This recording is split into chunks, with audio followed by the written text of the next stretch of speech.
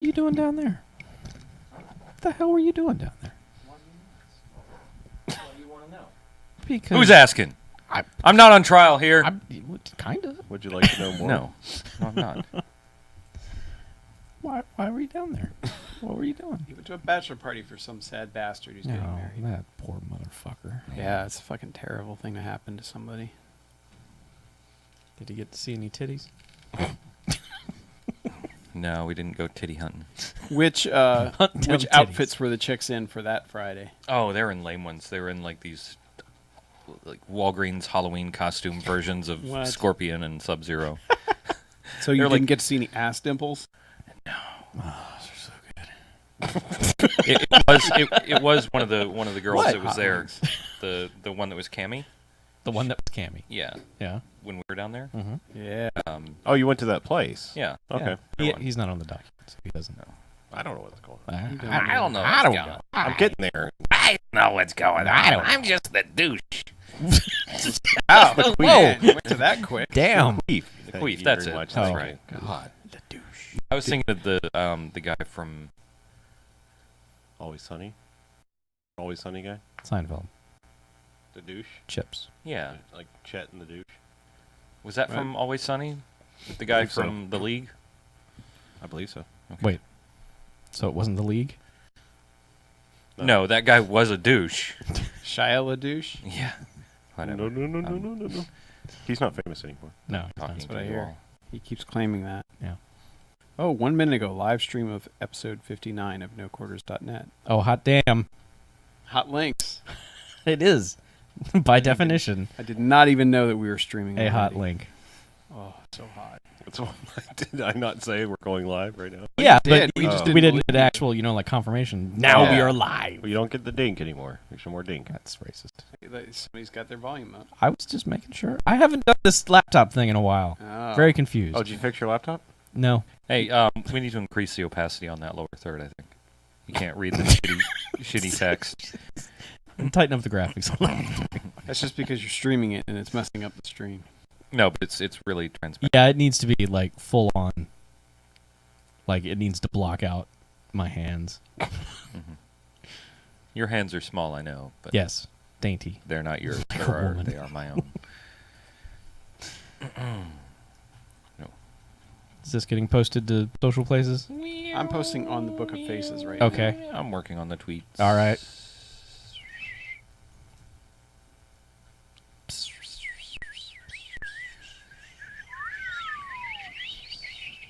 You like that, internet? You like our noises? Yeah. Yeah. There, that's as much opacity as you're getting. Sorry. Sorry. Sorry. Sorry. Sorry. Wait Sorry. another 30 seconds to see it appear. Whoa. Oh my God. Oh, you just drop things. Yep, that damn Vita. That damn It's a Vita. tough sucker. Sucker. Yeah. Comments don't work. There we go.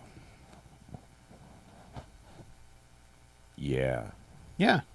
So I like it without the windscreen. All up close and personal. Ew. you're just gonna be popping into You're gonna get the VD on your face. it. Face diseases. Yeah. You don't want that. Ooh, Always the worst type of getting up diseases. close and personal with it. Yeah. Yeah, I like getting up close and personal with it. That's great. Yeah, it's pretty good. Just right there in your face. Hashtag, hey guys. Is that how we're gonna start this? That's how he commented. That was my commented comment. on the YouTube. Oh. Yeah. Hey guys. Beep-a-doop-a-doo. Legends. So, video games in February, huh? Yeah, man. Yeah. This is fucking deluge. It's like the first time we've played a video game show Gamis. in a while. Yeah, we haven't done an actual proper episode since like October. What have we been doing before? Well, we did 2 award shows. Yeah. Oh yeah, we did. And then we did like the whole. that's hey, like we a have best new of clip systems show, man. That's like the worst. Yeah. Yeah, because we did Best of the Generation, then we did Here's All the New Consoles, and then we did Yeah. Best of the Year. Now we're just like, now it's old shit. Now we talk It's about like whatever. bullshit. Yeah. I'm going to talk about the next generation, the actual next generation. Yeah, Mm-hmm. like Wesley. PS5. No, man, the Wii U. I got some Wii U talk. You do? Yeah. I put a Wii U game on the list. Really? Yeah, sure did. Man. I remember the Wii U. I played it. I never did get one. Played a bunch of it. It's really a shame. That's right. I Yeah. just edited the document. Yeah, you Damn. sure did. You guys should move that up probably because that's just like. Okay, Oh. you should not move that No, one up. that You one should stay leave that exactly one where it exactly where it is. Hey, man, do not Hey. knock a game. It's better than Mario. Man, look at you. Did I talk about Look Knack at you going for last page time? views. Yeah. We actually did a regular podcast. Yep. Okay. Yep. We talked the shit out of Knack. Knack. Knack. Knack. Mm. Look at all you people retweeting. Good job. Keep up the retweets. The retweets. Hey guys, welcome to the comments. Harlow. Hey guys. What? Hey guys. Hey guys. Hey. Hey. Hey, did you know that Big Maggie, Pale Rabbit, and Smarmy Jerkface just retweeted No Quarters Nets tweets? You know who didn't? Because he's lazy. Yeah, just, man, imagine if you had the internet, what you could accomplish. I know. I'm waiting to get it. I hear it's pretty cool. It's alright. Nah, No? a bunch of people being assholes all Oh. the time. I don't want any of that. Yeah, you really don't. Nah, you It's should not get. worth it. You should not. You want It's not worth the heartache Stay away. that it... Hashtag, hey guys, I like that. Yeah. It's our new hashtag. We're just going to use it every time. BJ's shared a link. Facebook. Oh, Harlow. Man, retweeted phones. a tweet. I'm trying to increase our engagement on social media. Yeah. Yeah. We need that. I'm so glad my phone doesn't make noises when things like that happen. Or vibrate or anything. So your phone just doesn't alert you to Oh, anything? so you get some sort of elitist So you're not just phone. ignoring the rest of us. You just never actually get alerted when. No, we I get text you alerts. or I anything. just it doesn't make noise and shit. I just look at my Oh. phone and go, oh look, Got things no are noise happening. and shit. Ah. I just hate So those. it's more like a watch. Yeah. Mine's the same way. When I'm on silent, I turn off vibrate Yeah. because Oh. vibrate is sometimes louder than the goddamn ringtone. Mhm. It's like the commercial where the guy's flopping around on the table. Yeah, that's a good Pretending to be commercial. The cell phone. It's pretty Yeah. funny. I like it. That's T.J. Miller. Yeah. He's not very funny. No, he's alright in that commercial. Yeah, he's all right. Yeah, he's Yeah, alright. that's all right. He's alright. He's okay. You know, This you has like been that our guy. comedy That's talk pretty for the episode. Yeah. Now we're just gonna ease on into the video games. Yeah. Yeah. Yeah. All right, welcome to No Quarters. So- It's fun. Video game So who's got an intro? We What? do Oh, that we did. after. Yeah. It's been a long time. I know. The intro and the outro. Right. Because we don't So know what did we what to watch joke tonight? about. We watched. We watched each other eat too many Nachos. nachos. Man. Put 'em in our Yeah, mouth. that. What is it? The XXL nacho plate? Is that what Yeah. they call it? It's Triple nice, XL? More than a plate. No, Triple it's- XL? That's just two X's. Oh. It's just two X's. Oh, so the triple Extra, X is coming. extra The large. Triple X Yeah. is too extreme Hmm. and too filthy. The Linda Yeah. Lovelace of nachos. Yeah. is Yeah. coming. Yeah. You have to eat it all in one bite. It's like the double XL Yep. Just chalupa open up your only throat and slide it with down. nachos and enormous. So neither of you finished your nacho Nope. platter. Nope. I came close. Yeah. I put mine in the fridge for my fourth meal. Hey, close does not count in nachos. Yeah. Or hand grenades. No, I mean, they it pretty does much count in that. like they gave you just like a freaking. It's a platter. Lunch It's like the tray. size of my laptop. Yeah, a lunch Yeah. tray just full of nachos. It's the size of the They're like, Xbox One fucking eat filled it. with If you wanted an Xbox One filled with nachos, get thee to Taco You Bell. know, that would be more useful than the actual Xbox One. How much did that cost you? $64. $5.99. Really? What? That's like the most expensive thing on Taco It's Bell's premium. It You know, has the steak Xbox on One it. is $4.99. Yeah, this is more. menu. Wow. Yeah. Less is more. I'm Because fucking it's extravagant useful. over It's- here, man. It's useful. So, Fucking bling nachos and shit. blachos. Did you get yours with or without Connect? No, I had him Required. hold the Connect. Oh. No Connect. I'm a little bummed our cups have no contest whatsoever on them. Yeah, what They're just like, hey, Yeah, where's my Mountain Dew. QR code? what QR code do I scan Yeah. here? What is this Can I shit? scan the skater? You could try. Let's see. Let's see. So, So, is everyone approve of the outline? sure, with I me don't here? know what I played. So, whatever you put on there for me is good. All right. I put Battlefield 4 and Call of Duty Cool. That's what I played. Ghosts. we weren't you trying to added- dismiss you. That's mostly what I played. Okay. He was just like, Also oh, I know added Harlow played Jacksonville these. Arcade Exposition. Yeah, because we played that. Goggles doesn't recognize this skater. Goggles. Yeah, Google Goggles. Oh. Google Goggle. Google Goggle. I bet it will recognize the Mountain Dew logo or the Mountain Dew. Mm-mm. I bet it will. What is the point of Google Goggles? Google Goggles. See? Mountain Dew. That's pretty good. So it identified that the logo is. Mountain Dew's logo. So that's all it said. It just says Mountain Dew. Well, I logo. could click on it. It would take me to like their site or something. You know. Wow, Yeah, That's what you want. that's what I want. It's like a QR code without the Man. weird squigglies. that is brand engagement. Isn't it? See if I can. Live Hopefully Moss. they've monetized that type of engagement. See if I can live Moss if it knows that. Nope, does not recognize. Moss. I really hope they've leveraged their innovation. Yes, they're putting in all the robots so that they can kill us on site. Sweet. Yeah, their robot army from Boston. Shit, I opened my email. I know. It's gonna take 5 minutes to close. God. That's why I'm bummed that Google bought Nest, because now they'll know when anyone's home. Mhm. The robots will know because of the nests. Yeah, it would be easier for them to clear out the houses when. Yeah. Yes. Fucking terrible. Just be like, Nest, I'm not here. Yeah. Please, Nest. Nope. My family. Your Nest won't listen. No. Nest will say, Please stop. all those times when you set me to 62. Yeah. I tried to tell And you. you keep having to change the privacy settings every time you try to use it. It's like, no, just I look forward to having Which a identity thermostat are we with killing today? I look forward to have a thermostat with firmware upgrades. You know, if you use It's your my real favorite name, thing. we'll kill you more effectively. yeah. You can engage better with your audience. I figure Microsoft will put one out, but it won't be equipped to, like, cool. It'll only go halfway. Like, that'll come out in a future firmware upgrade that you can actually cool your house. We know you could do it before, but With your old regular thermostat? yeah, you know, your 10-year-old thermostat. Right. But you got to wait 6 months because Sure. we wanted your thermostat to be online. Patches. And you guys were all like, NSA dirt, and so submarines and Navy people. So Is that what the internet says about? yeah, Submarines and Navy people? yeah, that's what happened. Anyway, hey, let's do a podcast. Okay, Sure. somebody clap. Hey, guys. Hey guys, we should eat them tacos. You shouldn't have eaten all this time. I'm fine. Yeah, I'm fucking great. Why'd you try to shove a fucking Xbox One full of nachos in your face? Cause I'm an idiot. Yeah. Yeah, why do you like dying?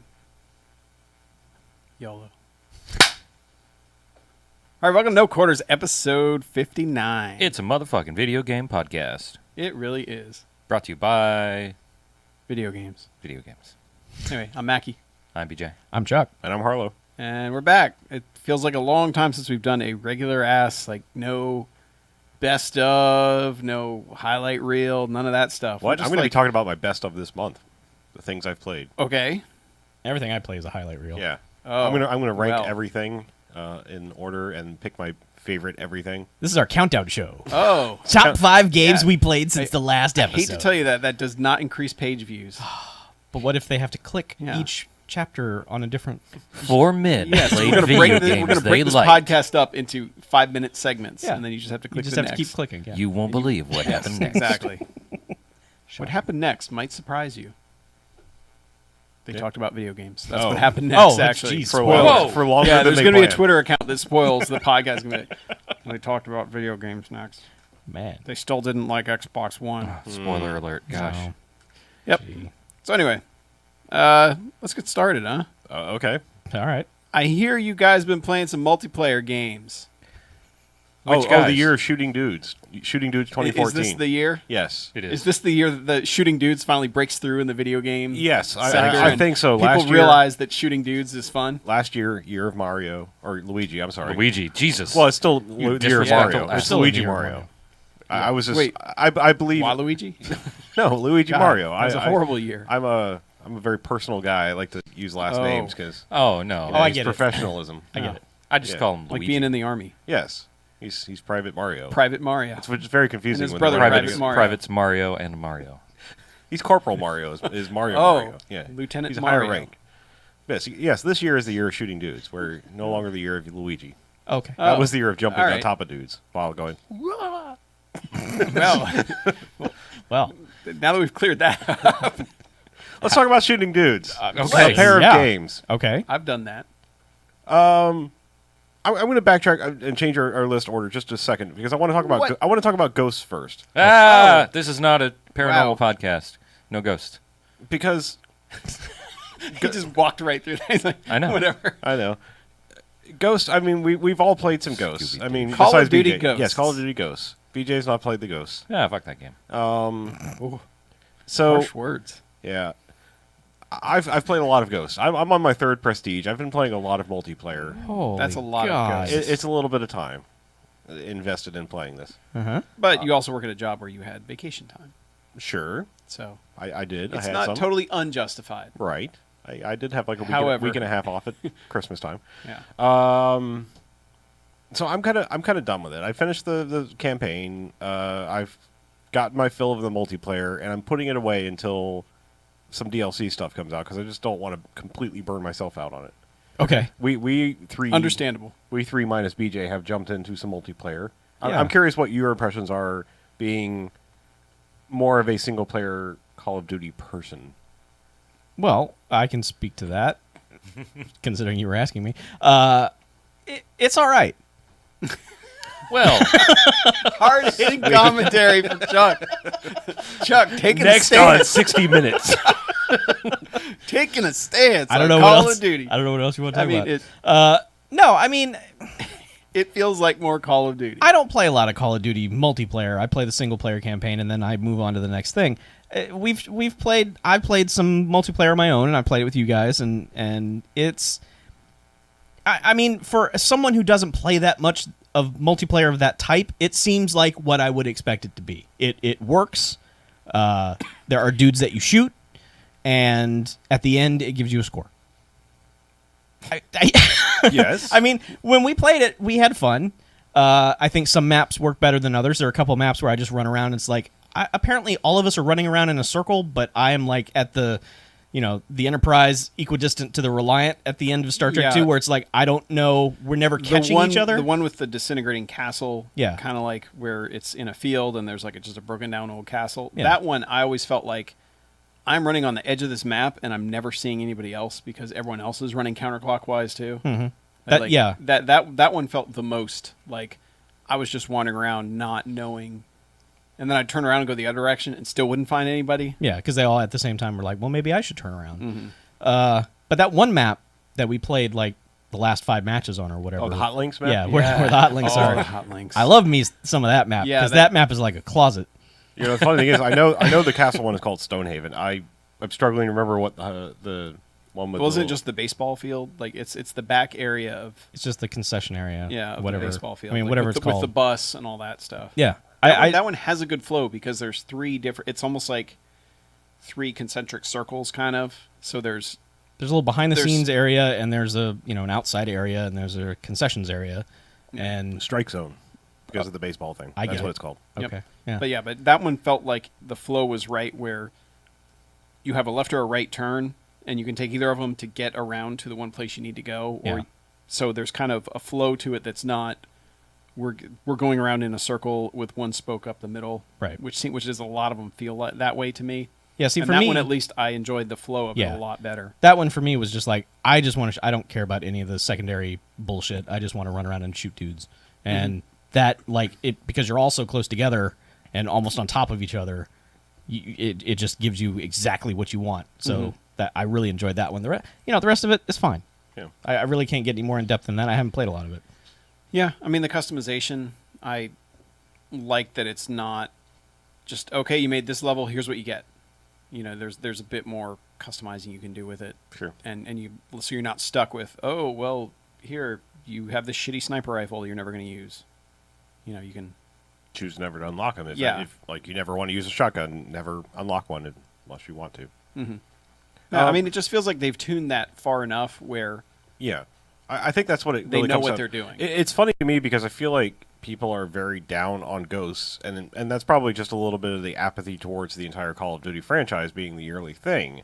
Because I think multiplayer wise, this is probably the best refinement they've done. I mean, it's obviously it's an iteration and they get better, but I feel like this is the best everything happening there. The Yeah. way you can customize your people, the kill progression. streak stuff, like getting the dog, is cool. Yeah.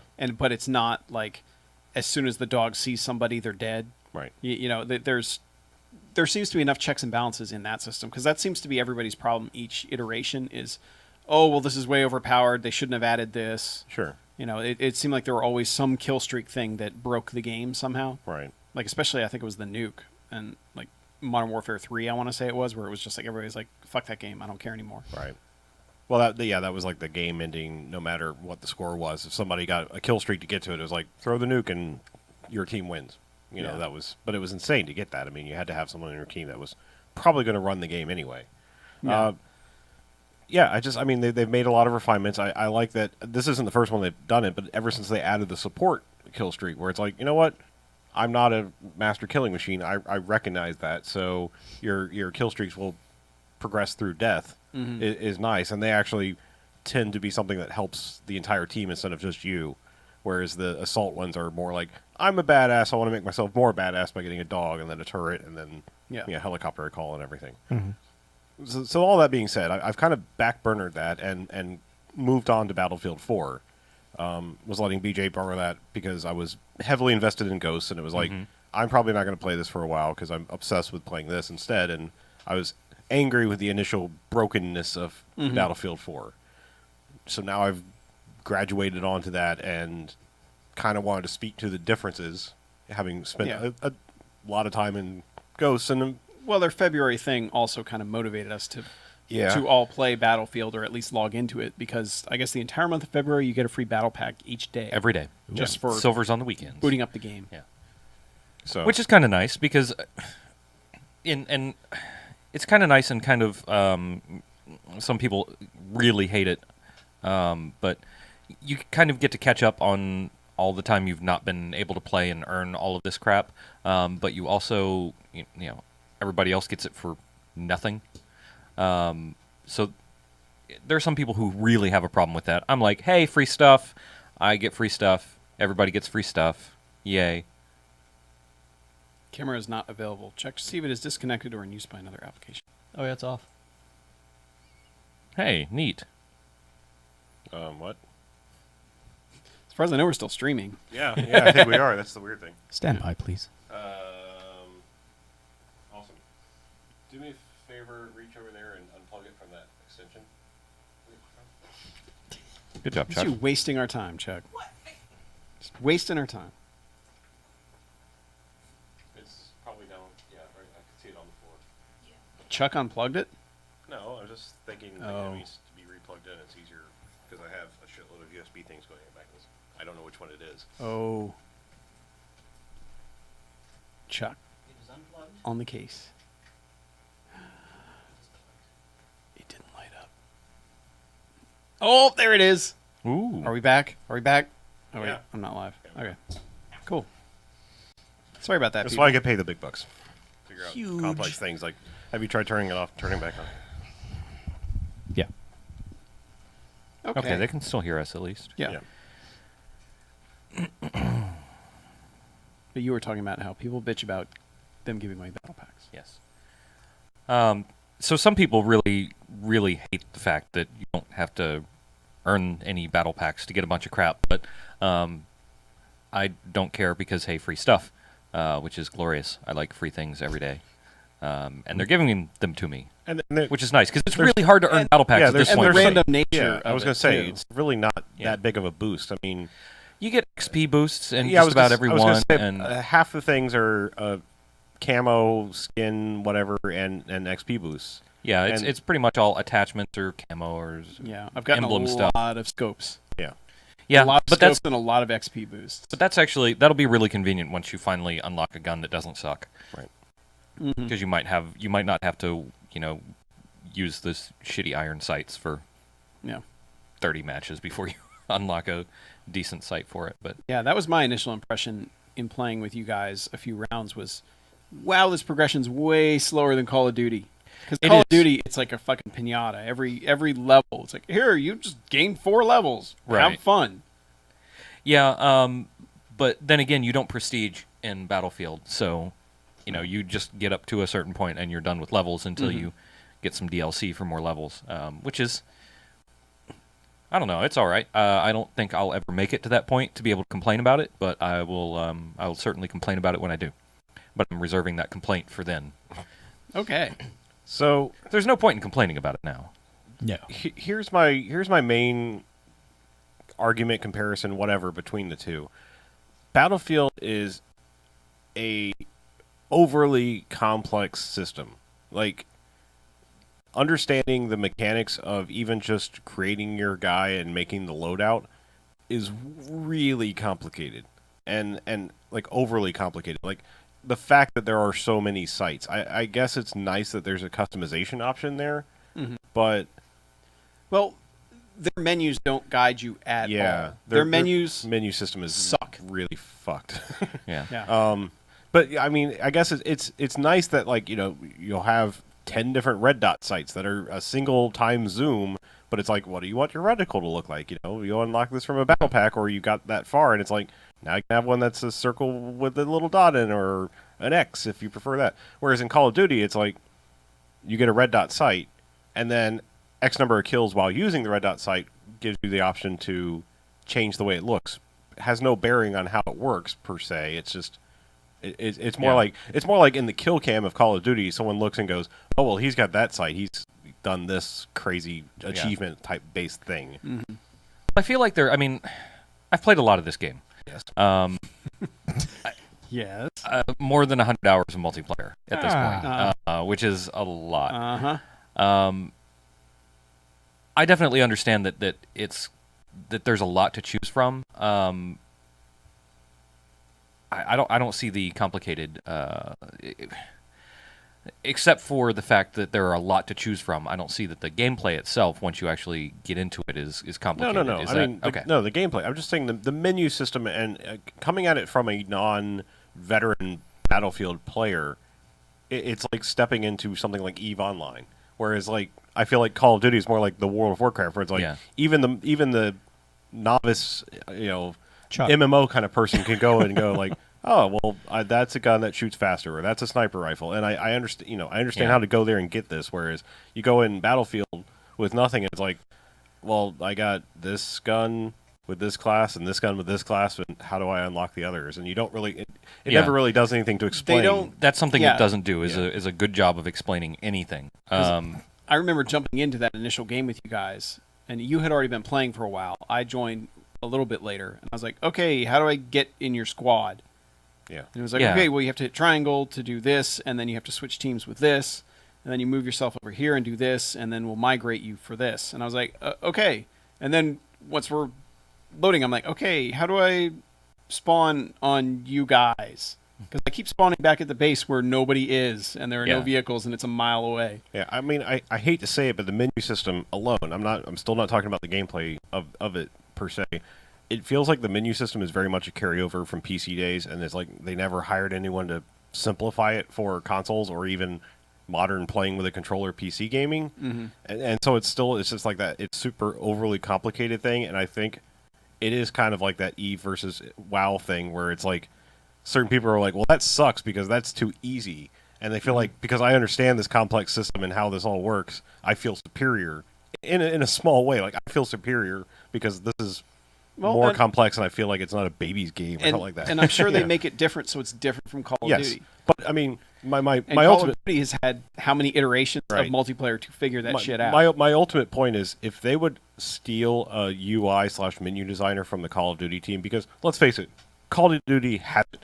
Like, they don't have to change a thing. They can put out their yearly thing and say, here's the back end system of how you do everything.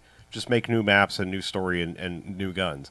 They need to steal somebody away, and Battlefield could fucking rule the universe. Because right now, I think its biggest barrier of entry is, how the hell do I get in and do stuff to progress? Because I don't understand this. Because once you get in and you start realizing, okay, yeah, there is still some levels to be gained from using a specific loadout, like using the engineer class. You will level up the engineer, you'll level up your guns, and then also the tools that they use.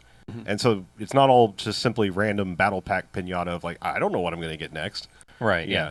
It's a really good it's a really good system in game. It's just my major bitch is the menus. Definitely, the menus and some random crashing and that Yeah, they're like once every still 2 glitchy. weeks. Once every 2 weeks, they just go ape shit and break all the servers in half with hammers or something.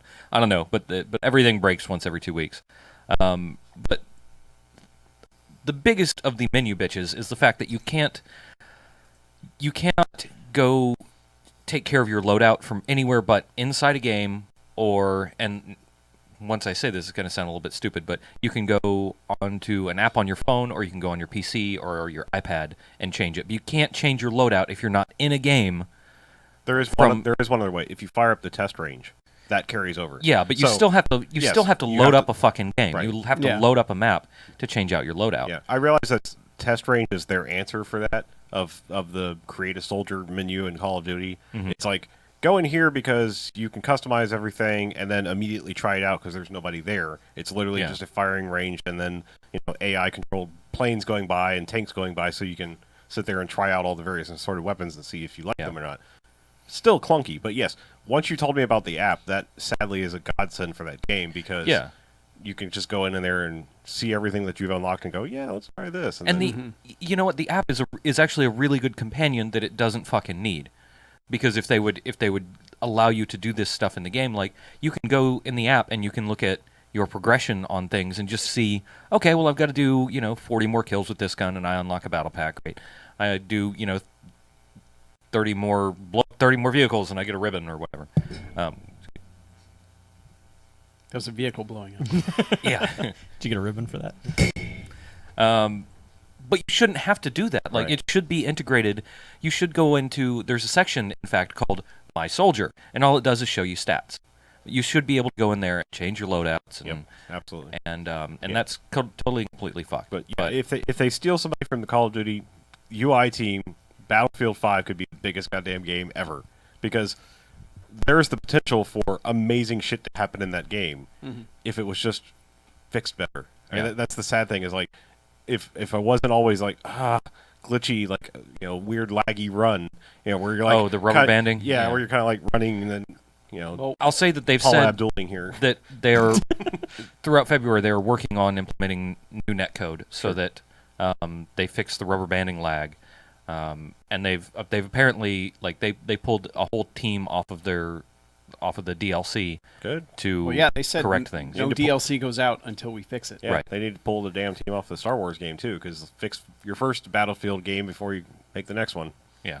Well, Well, we don't know exactly who they've pulled, but as far as publicly they've said, like, any DLC teams that were working on DLC are not currently working on DLC. Good. Yeah. They're working on that's throwing buckets of water on fires. I understand because this game has the potential to be one of the best things going on. It's it has really so good many once things, you're playing it. It has so many things I love, especially just the squads. Mm-hmm. Like, it's such a simple idea that I don't understand why it's not fully implemented in Call of Duty the same way. Like, why Call of Duty hasn't stolen that?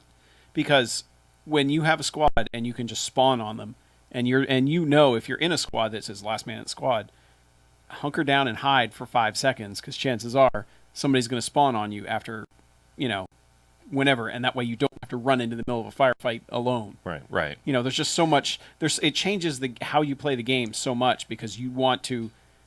It keeps you with your friends, which is my biggest problem with Call of Duty. Yeah, I will say it only helps if you're in a squad with either people or people who are playing like a squad, because there are a lot of every man for himself dudes out there, and I've played a lot of matches where I've been like squad leader and like, let's attack this objective, and I look at the map and I'm the only dot on the map running towards that objective.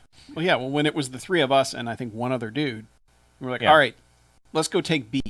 Right. Let's go take objective B. And then we all took off. And that guy, even though we weren't even talking to him, that guy came with us. Yeah. I was like, all right, and we're doing this. You can mark, like, go to this objective on the map. And like I said, if you're in a squad that knows what the fuck is going on, then it actually is really awesome. So, and especially if you can party up. Now, you guys have now experienced the difficulty in getting partied up. And that's something I definitely think needs to be fixed. It wasn't bad for me joining you guys. It was a little bit confusing at first, but once one of you sent me an invite, I was in there immediately. Yeah. Like I booted up the game, and it loaded up the main menu, and then automatically loaded up the multiplayer and pulled me into the game. Right. Now, getting on your And- team took a little time exactly. because I was so late to that Yeah, game. and again, I think that's the thing that somebody from the Call of Duty team would fix. They need pre-game queuing. You know, Well, didn't they have pregame in BF3? apparently, I think they did. Yeah, They and- pulled it and out. they for just whatever they reason. just need to make it happen in this one, and Yeah. you just like if you're in a party, you go to you go to multiplayer and it says, do you want to play with party, and it finds a server with with slots enough for the people in your party, filthy slots, and just drops you into a squad, all three of you. Yeah. Now it does try like once you are in a game, I know that if you end up on opposite teams, it will try during the next. If you don't do anything during the next loading of the next map, it'll try to put you on the same team, but it doesn't try to put you in the same squad. So it's just some stuff that needs to get fixed. And Yeah. but once you're in a game, like when things are working right, it is fucking amazing. Like it's so much fun when things are going at least marginally well. Yeah. Well, Yes, being yes, the it one is. who's played the most of it, are you going to get the DLC when it comes out? I'm conflicted because I kind of want to buy premium because I've played a lot of this and I kind of want to keep playing more. I mean, I'm only halfway through. I'm not even halfway to the level cap. But I think I may be as good as I'm going to get at this game, Mm-hmm. and I don't know if I'm going to put another 100 hours into hitting the level cap, Yeah. So I don't know that the DLC So- would do much for me, but Do you think it'll matter more if people? Because I'm assuming it'll make separate playlists for people with the DLC and without. And if it starts emptying out, do you think you'd consider just going to the premium one or just moving on to another game? I don't know. I'll probably get tired of it before it empties out. Okay. I think that's the way it's going to go because there's still a lot of people playing it, and as DLC comes out, people are going to be playing it more and more. And some people don't like the China Rising maps, and so I know that there are a lot of people still playing the regular maps, Mhm. just using the new guns. But I don't know. I kind of want new guns. Yeah, I mean, I'm already kind of considering going premium, and I already have the season pass for Ghosts. I mean, to me, Yeah. you can exist in both worlds. It's fine. Yeah. We can live. It's all We can matter both of live time. Matter how much time you have to spend on to it. kill people. So I have to say one little tiny story. I don't want to get on like crazy, like, oh, this happened kind of stories. But the greatest thing I realized, because I've pretty much exclusively been playing the engineer class in that. It's just what I like to do. I like repairing vehicles, even though I suck at driving them. I love riding in them, and like riding in the back of a helicopter with a Stinger missile, and if it gets hit, turning around and repairing the only thing Yes. you're riding in is super fun to me. It's very useful for the guy that's flying your Yes, helicopter. absolutely, by the way. yeah. Like that's I'm terrible at flying, and I can do a tank all right, but yeah. But once I learned that the fun little repair tool, which is just a torch, can also not only repair tanks but also damage enemy vehicles, yes. is a wonderful thing. Because the first time I walked up to one, tank came out right out of nowhere, and I was ducking right in front of it, and I just was like, wonder what happens if I pull out my repair tool, because I didn't have any anti-tank binds or anything like that. So I started hitting it. It was like tank damage, and I'm like watching them. So I'm like, holy shit, yeah, this is awesome. Until I kept hitting it, and it was like, boom, right in front of me. And, yeah, Did it kill you when it blew up? Yes, absolutely. Yeah, I realized you can do that. You just have to watch for the smoke and Well, you took stop. one for the team. Yeah, I did. Yeah. I did wipe the entire squad at least. So Okay. that Oh, was fun. I got a nice. squad wipe Very nice. ribbon Yeah. for. I guess they were all in this tank or APC or whatever the hell Yeah. it was. That is very fun. But yes, I learned, just watch for the smoke, and then it's going to blow up on its own. Just get out of the way. But fun little tip. Blowing up vehicles is awesome. The other thing, I think I talked about this, but one of my favorite things, there's a map called Siege of Shanghai, and there's a giant skyscraper in the middle, and there's an objective at the top of the skyscraper. And so everybody fights over the objective for about 10 minutes, and then somebody comes by with a tank and blows up the support structures on the skyscraper, and it falls down. With all the people. up Why there. wouldn't you do that first? You could, but then there's an objective at the end of the giant pile of rubble. So, Yeah, it makes it harder to fight for that. yeah, if your Okay. if your team is not doing well, you should probably go do that. Okay. Like It's if kind of like the guy that goes and blows up the dam on the one level just to be an asshole because like we're Yeah. losing anyway. Let's fucking flood this Yeah. place. it ends up kind of being an asshole move because everybody in that tower, when it falls down, dies, and it just Yeah, makes you, it. you can wipe like 20 people It on makes both them, teams. Yeah, at yeah, once. and you don't get any kills for it though. Oh. But it then forget it. I don't care. Yeah, but it is like it I do turns like- the map into a bit of a pain in the ass. But my favorite thing is I do like to hang out up on top of the skyscraper because I'm not that good at the run and gun, so I like to kind of hunker down and find some dudes to shoot. Just kind of wait for them to show up and then shoot them in the face. Sure. So you camp. Not necessarily. I mean, I don't really camp. I just kind of like I will Just run. pitch a tent and camp, man. I will run around in like like a 1 block area and Yeah. keep running around. But my favorite thing is there are 2 loud booms before the thing goes down. There's one when the first support structure goes down, and the second one goes, and it's time to get the fuck out of the building. Mm-hmm. So you have time to run and jump out of the building And parachute. Yeah, so that's my favorite thing to do is when the building is coming down, run and jump. So you're base And jumping. then pull the basically. parachute. Yeah, pull the parachute, and then I turn around and watch the building fall as I'm gently floating to what will probably be my death when I. Until when I someone hit- snipes I am you a in the leap of brain. wind. Yeah. Watch how I soar. It's just so fucking awesome to watch the Sniper thing. rifle. Yeah. You're Tom Berenger in I do like that Something like they've, that. they've added the Yeah. ability to actually get a kill in Ghosts via some environmental things. That was always something like you would blow up. There might be a couple things that you could blow up in the world, but you wouldn't get a kill for it, and now they Yeah. fix it so that you do now. And nice. the map you were talking about, Stonehaven, the castle one, if you're the team that starts in the little village outside the castle, there's a good chance that some people are going to be running out of the main gate, like directly underneath the portcullis, and you can shoot it from afar and make it fall. And I've actually gotten a kill or 2 from that thing falling and crushing somebody. Nice. as they Yeah, were running well, I through the saw you building. do that. Yeah, Yeah. it's pretty funny. Especially when you can't even see because you're just you can barely see the gate from the village, but you don't see the people running, and so it's like fun. Like, yay, I got one. Nice. Yeah. So let's move on from shooting dudes. Yes, please. Talked enough. Chuck, Yeah. You guys want to come back in time with me a little bit? a little bit. Nope. Do we? Let's hear A it. little bit. If I could. Back in our Games of the Generation show, Yeah. Mhm. like as we were just sort of BSing towards the end or just talking about just kind of games that hadn't made the list or whatever, Mhm. you guys were like, Dante's Inferno was pretty fascinating. And you guys talked about it for a little bit, and I was like, what, really? All of that? We played a lot of Dante's Inferno. More Yeah.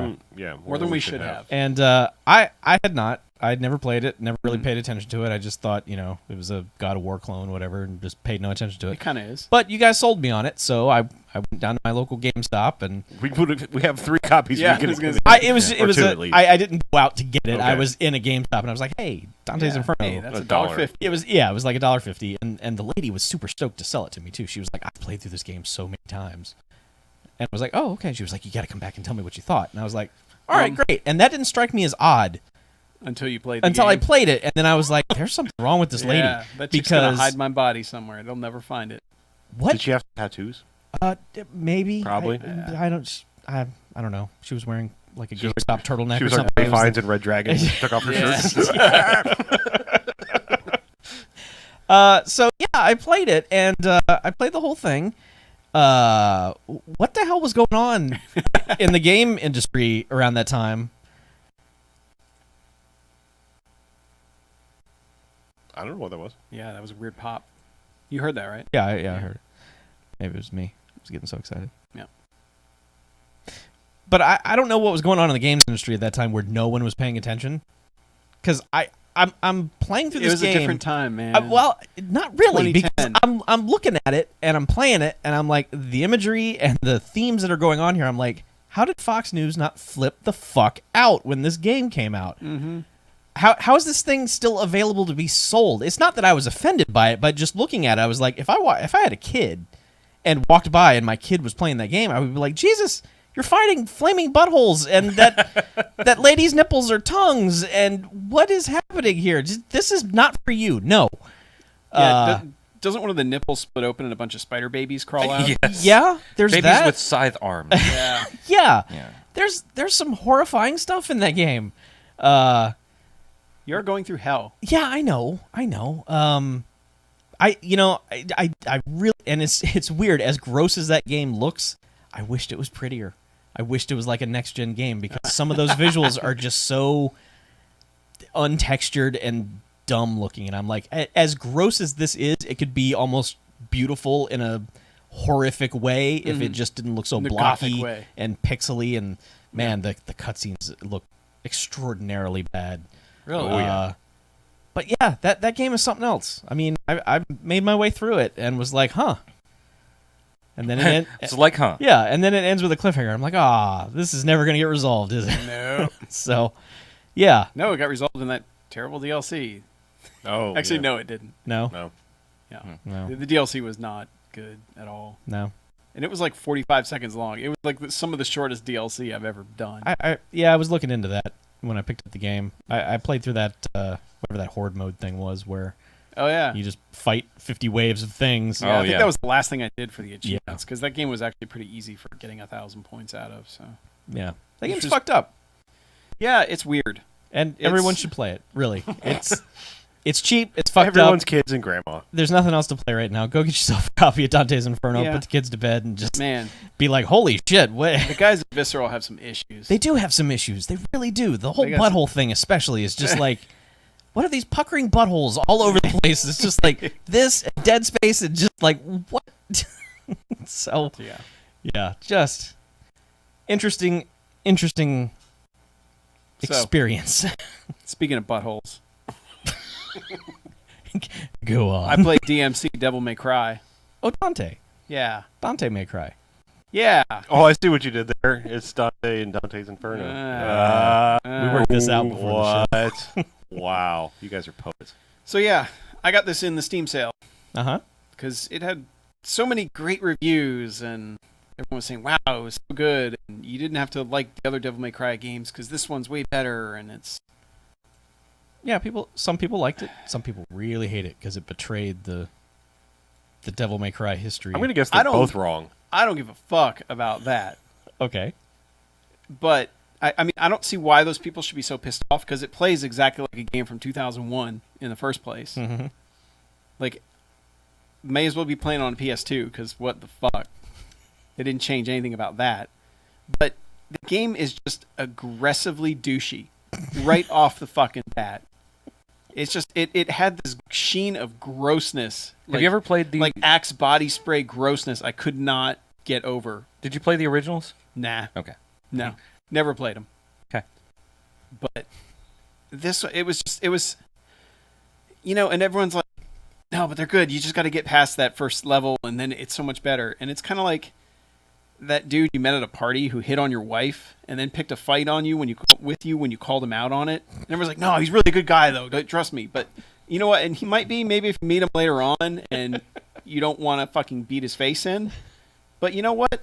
Even if he is the greatest guy on the planet, you're still going to go, that's that motherfucker that hit on my wife and picked a fight with me. That's the beginning of Devil May Cry. It's just like, fuck you. The whole beginning of it just, I love your analogy. it's just fucking gross. Like, and God, and Dante is just every fucking JRPG protagonist ever. Because he's like, I don't need you. I don't care if you're helping me. I do my own thing. I don't need you. He's like a fucking 13-year-old. And Also, like It's- Japan. yeah, it's just, Sorry. I was I- going blanket statement there. and I eventually got through the first level, but like the opening cutscenes are just gross. It's like him walking around a strip club, and it's like, oh, here's a gratuitous taint shot of some chick, and just it was I've never heard of a gratuitous taint shot. That's a new one. Gratuitous taint shot. That's a new one for me. yeah. The like, taint. you'll see it the in the grundle, intro, like the fleshy fun bridge. and holy God, like the soundtrack is among the worst soundtracks I've ever heard in a video game. It is trying so hard for all the bullshit it's pulling. It's just you've played it, Chuck. I have, yes. I can't keep ranting Well, like the this. soundtrack thing, I want to comment on that because I haven't played this, but you said, like, look this band up. Combi Christ. Yeah, look up this band, and I made it as far as Googling them, seeing their picture and going, I don't need to hear that. You're right. You don't. This is But one of then- the first games I've ever gone in and found the music slider and put it at 0.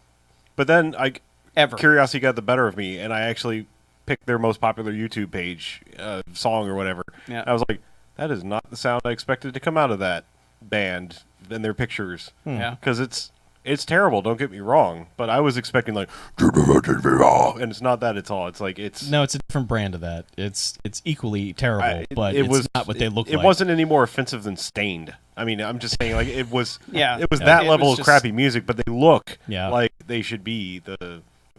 Yeah. And I guess if you take all these parts as individual pieces, you'd be like, "Oh, that's not that bad," you know. And oh, the sidekick's helping him, so they haven't objectified every fucking woman in the game, but they kind of do anyway because she's got the lowest cut tank top ever, but she's got a hoodie on, so it's all okay. Yeah. But it's like it's one of those things where everything came together, and I must have just been in a shitty mood too the time I saw it. But I was just like, I quit midway through the first level, like second encounter of hitting things, and like they're like hold X to shoot something, and I held X for like 45 seconds before the thing finally died.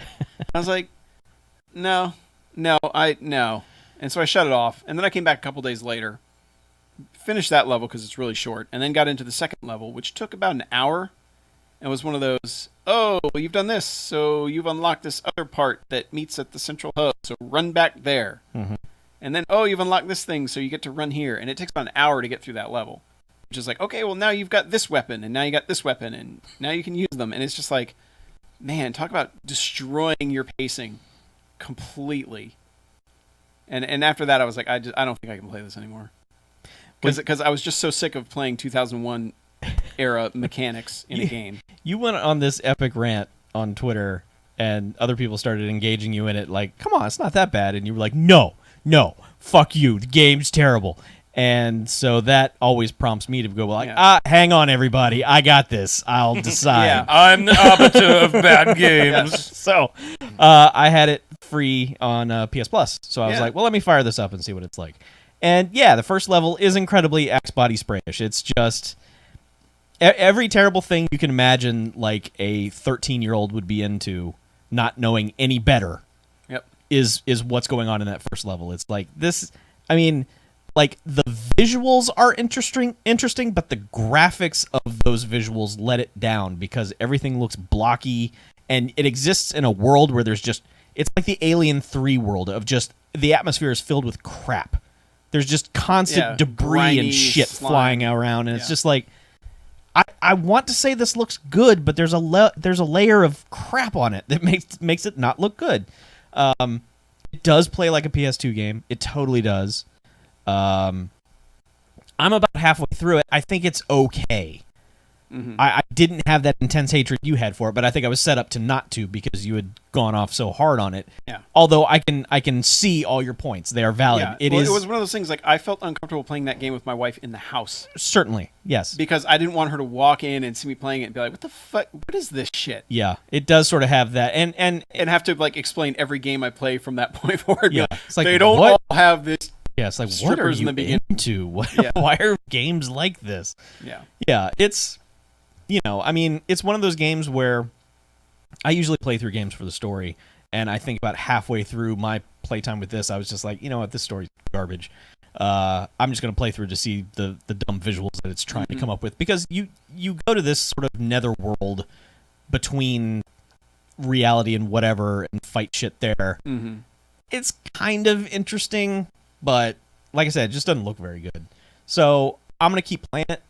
But yeah, it is kind of gross. It's just going to be one of those games where I'll just play through to see all the things, and then I just will never go back to it. Yeah, and I mean, from what people have said, it's basically They Live. Kind a of, yeah. game form, Yeah, there's sort of that which vibe to it. that kind of has me somewhat interested, but the gameplay wasn't doing it for me. And Is it backwards? Like everyone thinks Dante's cool, and then you have to give him the glasses, and then everyone realizes he's a big douche. No. Is that They Live? No, I I think everyone knows he's a big ass douche. yeah. the first- It's just the universe is sort of like under this spell of this stuff. Oh, and okay. It's like an energy drink that's causing people to. Of course it is. I don't know. It's all. It's one of those games that people were like, "Get your politics out of my video games, meh," because it's got that sort of like Fox News figurehead in it, and it's just like that corporation and the government and chemtrails and the. So it's got a bunch of that to it, but deep down behind everything, it's just, it's Zaza, the devil of Demon Land or whatever. Yeah. Whatever. It's the same old shit. Yeah, it's just shut up. Just Yeah. don't care. I was not ready for the reaction I had to that game. Let's just put it that way. But I wasn't I expecting just it. felt gross playing the first, like watching the opening cutscenes and then that first level. I just felt gross playing it, and I don't like that feeling. And it's weird, and maybe I've changed since playing something like Dante's Inferno, because if I played Dante's Inferno again, I'd probably be like, this is gross too, Oh, it is. Yeah. I might have the same reaction, but Yeah. give me a protagonist that I'm just like, I'd rather he die. Mm-hmm. And that's kind of a problem. Yeah, because then you don't get to keep playing. Yeah, because I think people were telling me, well, you're just not getting the satire of it and the humor of it. And I'm like, just because you made something intentionally shitty and unlikable doesn't excuse it for being shitty and unlikable. Yeah. Like you can be like, oh, it's parody, but it's like, you know what? It's still shitty. It's still not good. Yeah. It's still doing bad things. I mean, like, I'm And that totally kinda not on this bothered me. guy's side, Like, I have no desire to play as Dante. Yeah. It's just like, this guy sucks. I really don't like him. So that kills the Fun. narrative right there, Yeah. because you have no vested interest in defeating Yeah. dumbass And, Gargamel he's or just an whatever the asshole. hell it is. and it's interesting to me because, like, I played Metal Gear Rising Revengeance also, and I played the first 2 levels of that. I haven't gotten too far just because I got sucked down a different rabbit hole that I'll get to later. But How's that game does crazy a lot better for me.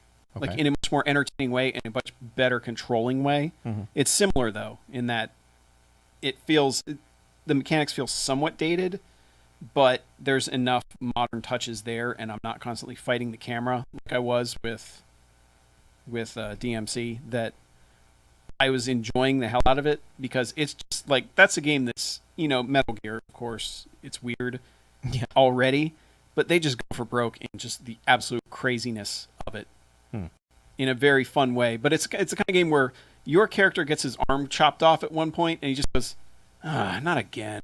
I was like, yes, all right, yes. I like riding again. Let's do this. All right. Yeah. Huh. So you're just a cyber ninja, basically, which also, all right, you got me. Yeah, it's cyber all right. ninja. Yeah. Fill me with your cyber love. Yeah, you had me at cyber ninjas. But I haven't played enough of it to really talk too much about it, and I obviously didn't have quite the reaction I had to DMC, but no, I mean, it looks great on the PC and super smooth, and it's just,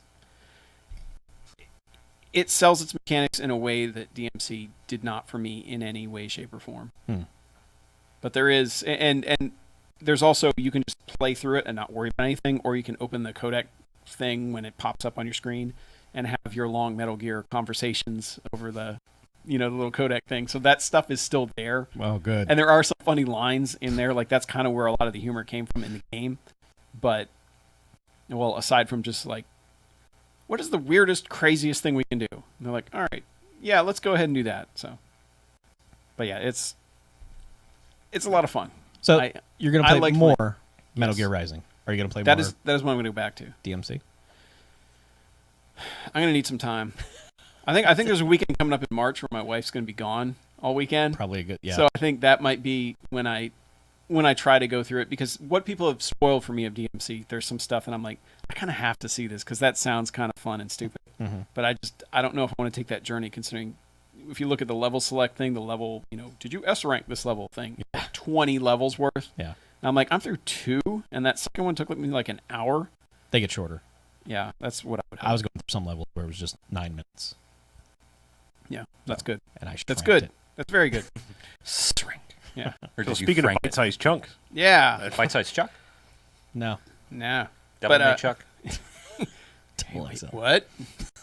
let's be like the I've rest been- of the internet. Let's talk about a game that everybody's talking I'm not about. going to talk too much about Oh, it, really? but Spelunky. Spelunky Daily Challenge on the Vita. Yeah. Love it. It's so Explain it to me, because I don't have a Spelunky. So Yeah, I don't understand it either. You could have a Spelunky. It runs on. There's a computer version, and I'm pretty sure it would run on. I could have a anything. Spelunky, but from what I've seen, You don't I wanna play on don't. keyboard. I don't want to end up with a Spelunky, well, here's because then I'll have Spelunky. Spelunky. Yeah, Spelunky it's similar to Super Meat Boy in that it's hard, But it's but procedural. it's fair. like it's And- procedurally generated Yes, levels. The levels are Explain to randomly me generated. the daily challenge. The daily challenge is basically everyone gets the same level. Mhm. Because normally, every time you restart the game, completely new level. But everyone gets the same everything. Yeah. And you only get to go through it once. And then once you've done the daily challenge, it's like, all right, come back tomorrow. Because you can't play it again. Okay. So you either, and people, it's kind of become like the fair way to do it is not to watch anybody else's until after you've done yours. Right. And then you go on YouTube and go, oh, geez, I should have done that. That makes more sense. But it's interesting because the controls are so tight on it, and the levels, each level they give you a rope which lets you get up further. Like you basically shoot a grappling hook up into the air. So if you've fallen down to an area you can't get out of, that's how you get up. And you have 4 of those at the start. You have 4 bombs, which allow you to just blow up a section of wall. Because some areas of the game will be blocked off because of the random generation. So they give you 4 of those things, and eventually you can find more if you're unlocking chests and doing things. So it very much becomes a matter of, am I finding gems to get points, or am I just trying to get as far as I can and not risk going over here because I might get jumped by a spider or whatever. Okay, so I did watch a little bit of some spelunking, and there was a guy that was trying to trick a ghost into flying over a gem so that something would happen. And do you know anything about that? The ghost will come That out sounds if good. you're taking too long, and the ghost is like invincible. Like you can't do anything as far as I know. Like I haven't played Can't enough beat or the watched ghost. enough. Yeah. Okay. But you can trick the ghost into going up to certain areas and then getting underneath him and running away as fast as you fucking can. So Okay. I mean, there's always. I think that's the thing is they never. If you get trapped, you trapped yourself. It's kind of that Dark Souls thing where it's like, all right, you know what, we may fuck you, but there was a way out. You just had to be good enough to do it, and so that's kind of. It's so it's really hard to explain because when you look at the game in its base form, you're just like, oh, so you're just jumping around doing this stuff, and yes, it is kind of that, but it's also there's so much strategy that evolves from such simple mechanics in it. And then later on, as you get more tools and buying stuff from the shopkeeper, and whether you're willing to spend all your stuff to get shoes that let you jump higher, or more bombs or whatever, or if you're just going to say, you know what, I think I have enough health, I'm going to try and kill him and take all of it, and then he breaks out a shotgun and starts shooting at you, and you hope that you don't die. But Yeah. it's one of those games that's really hard to explain why exactly it's so compelling. But you like it. I like it a lot. All right. I like it a lot. I've nowhere near beating it. Nowhere near, because I think I've only gotten to the end of the second world, Mhm. and there's like 4 or 5 of them, I think. Oh. Yeah, and they're like, and once you get on, there's jetpacks and all sorts of crazy stuff. But it's like, it's also one of those cases where you get so used to getting to later on that the early stuff you rush through and die because you're like, all right, let's just get to that, and let's get to that, and you kind of, it's easy to fuck up because you're not paying attention. It's one of those games that anything can kill you. Anything is going to take the same amount of health that anything later on is. So it really becomes a matter of paying attention at all times and just not trying to blitz through it because you'll fuck yourself. All right. But I don't know. It's very interesting to me that I like that one that much, and I just could not stand Rogue Legacy because on its surface they are the exact same game. Except the only difference is Rogue Legacy, it randomly generates attributes for your character before you go in. So you might have someone that can do a certain type of magic, and then the next time you might not have any magic, you might be colorblind and you can't do shit. Or the controls are reversed. So if you try and go left, you go right, and if you try and go down, you go, there's a lot of Craziness. there's a lot of weird stuff in that game, but for some reason I would get, like, the furthest I got was like maybe 2 minutes in, and I'd eventually die, and then I'd be like, huh, and then it would regenerate a new person with new attributes and a new completely different level layout, Mm-hmm. and then I'd get 30 seconds in and die and be like, the fuck am I playing this? Whereas Spelunky is the same way, but for some reason I was compelled to keep going. Yeah. I think because they offered so much stuff right off the bat, where it's like, okay, well, if you're saving the woman, then you can actually, if you carry her around through the rest of the level, you get an extra heart at the end, so you basically get one more piece of life. So there's always a balancing act in Spelunky, and I think that's what made it appeal to me. Whereas in Rogue Legacy, it was more like, this is really hard. Just kill shit and hope that you get far enough, Right. and get enough gold to be able to upgrade yourself down the line. Yeah. But it felt like I was getting so little gold each time that I wasn't getting enough to do anything. Mm-hmm. And I don't know. It was very weird, the difference how Spelunky immediately I was like, okay, I get this. And Rogue Legacy I didn't get the appeal. Yeah. I've tried both. I mean, I put more time into Rogue Legacy, strangely. It's not strange. A lot of people like Rogue Legacy. Well, I mean, neither one is really my kind of game at all. Strangely enough, as much as I played FTL, I mean, I something about a platforming game like that just doesn't appeal to me. And the Spelunky bug didn't hit me at all, and I'm afraid to go back to it. Like, I don't necessarily want to get into something that makes me want or need to play every day. Mm-hmm. Yeah, especially something like that. I mean, it was kind of like I don't want to feel remotely tied to this game because it didn't grab me right away. Yeah, I remember avoiding the Xbox Live version because I think the lure of achievements being there would have destroyed me. Because like getting the end of that game is like beating Super Meat Boy. It's like you have done something ridiculous. You've probably spent way too much of your life doing it. Mm-hmm. But on the Vita, like, since I don't care about trophies, it kind of took all of that away, and I didn't care anymore. And the daily challenge, you might like it because it's like most days it's like, okay, just booting up the Vita, playing the daily challenge, and then I'm not playing Spelunky anymore. Yeah. You know, I don't know. Rogue Legacy was like, at least it had the humor aspect to me because like he was saying, your choice of ancestors might be all terrible. Right. Like you might have someone who farts all the time. I mean, literally that might be his as irritable bowel syndrome, I think is what the problem is. And he'll be running along. Yeah, and one of my ladies, like, her attribute was like, ladies. Yeah. I was like, she's gay. Okay. Yeah. And it was like, and I have no idea if it affected gameplay in any way whatsoever, which it probably didn't. Yeah. But it's just funny that they have some of those or some of the random attributes for it. Yeah, I mean, so you'll get like giant people, oversized people. It's just it's so completely random that I at least had a little bit of fun. Now, when I would die, I'd have three. Like if I went left or right, I had 3 columns of people to choose from. Mm-hmm. Or if I went up or down, I could they- choose different ones. What is the significance of that? Because I don't think the game was very good at explaining No, it's exactly what that is. Basically, there's 3 different people, I believe, that can upgrade you in different ways, like gear, yourself, and something else. I don't remember what the other one is. And then there's a guy that you can go and you can say, look, I'll take half the gold that I would normally get to keep the castle the same. Mm-hmm. So if you want to go back into the same castle and get past the part you died at, you can sacrifice some gold to get the same layout every time.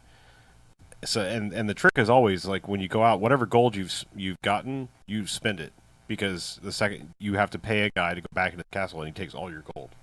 Mm-hmm. So the point is, go in, get as much gold as you can, upgrade your person, spend it all, and then go back in. So I don't know.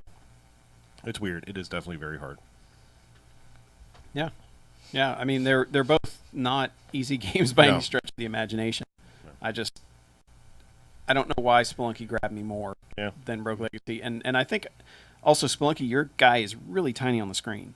Like Super Meat Boy size, tiny.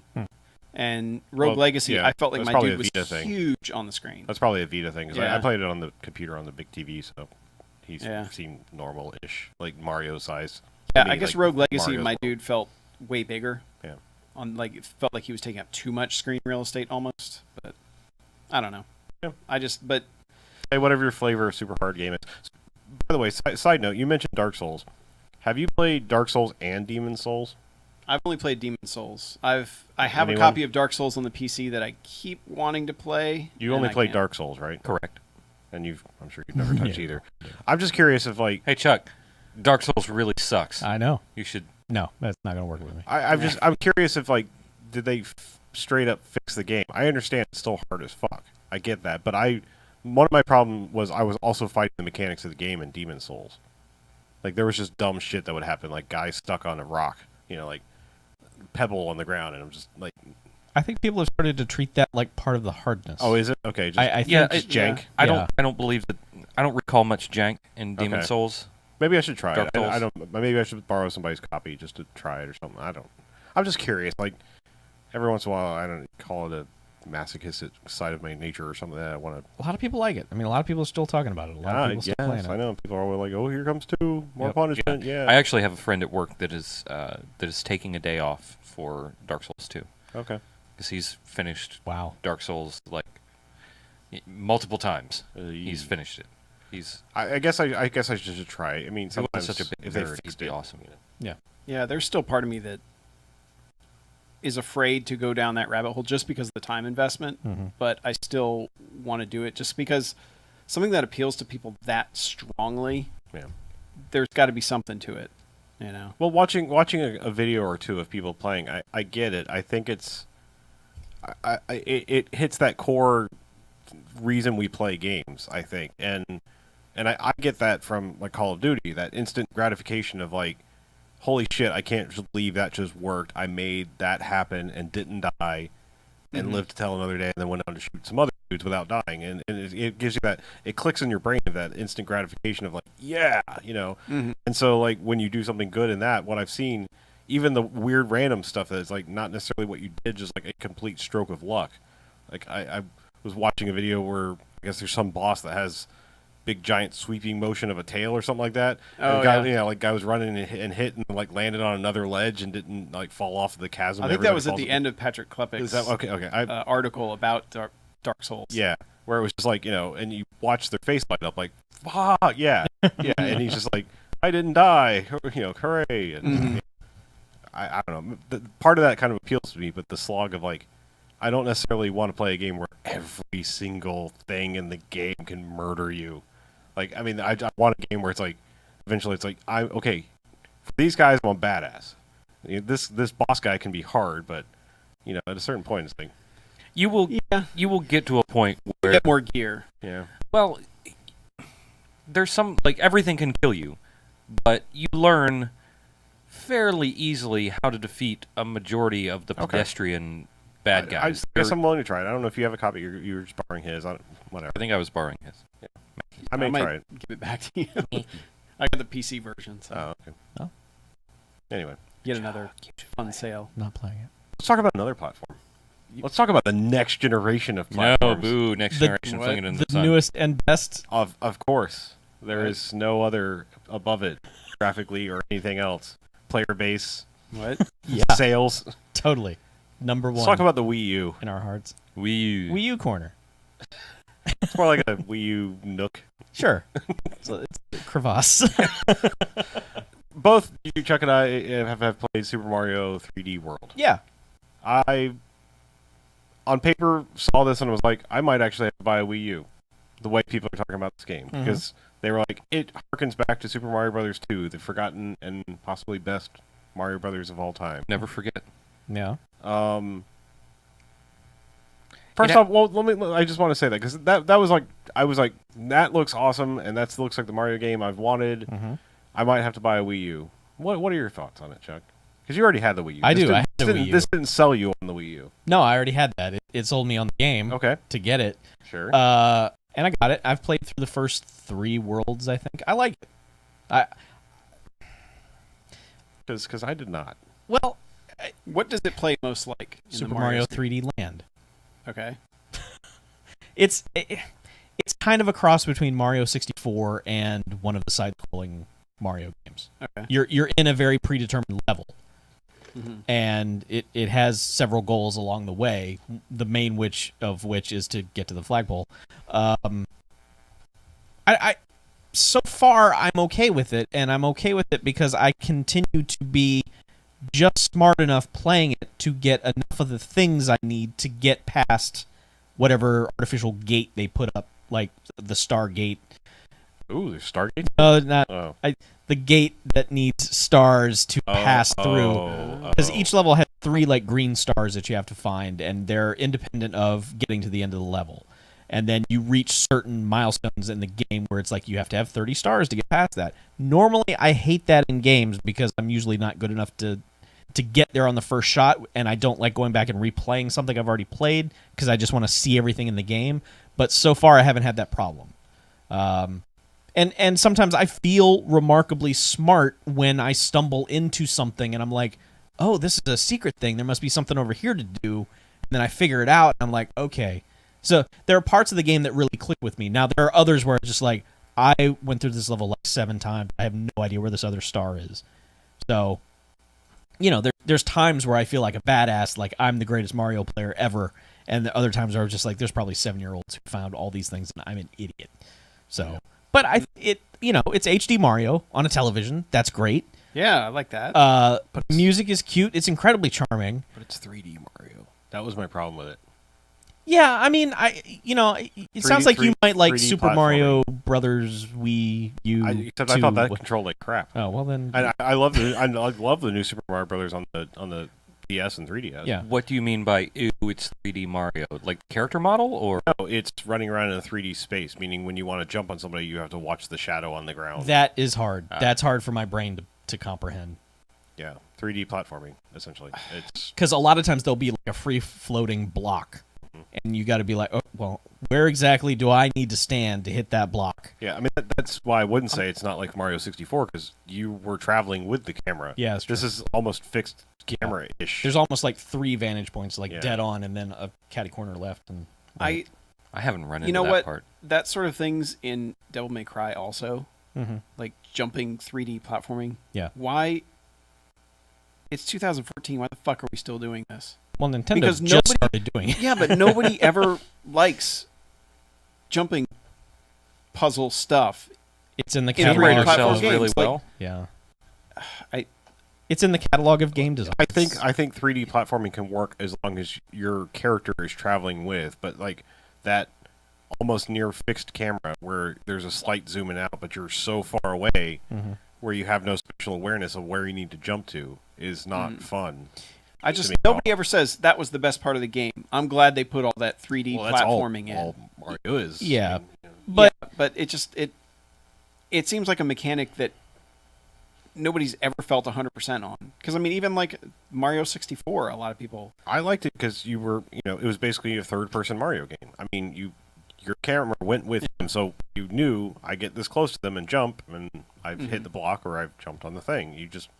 You learned. I mean, it was yeah, a fixed point. I mean, it was really no different than the 2D world of like Yeah. I know how far he jumps and when So to this jump on one, this your thing. problem is that the camera doesn't allow you to do It's just that far in back. the same way. I mean, and I also played it 2-player, which may make a difference in your overall. I mean, it's meant to be played 4 players Right. all at once, going nuts.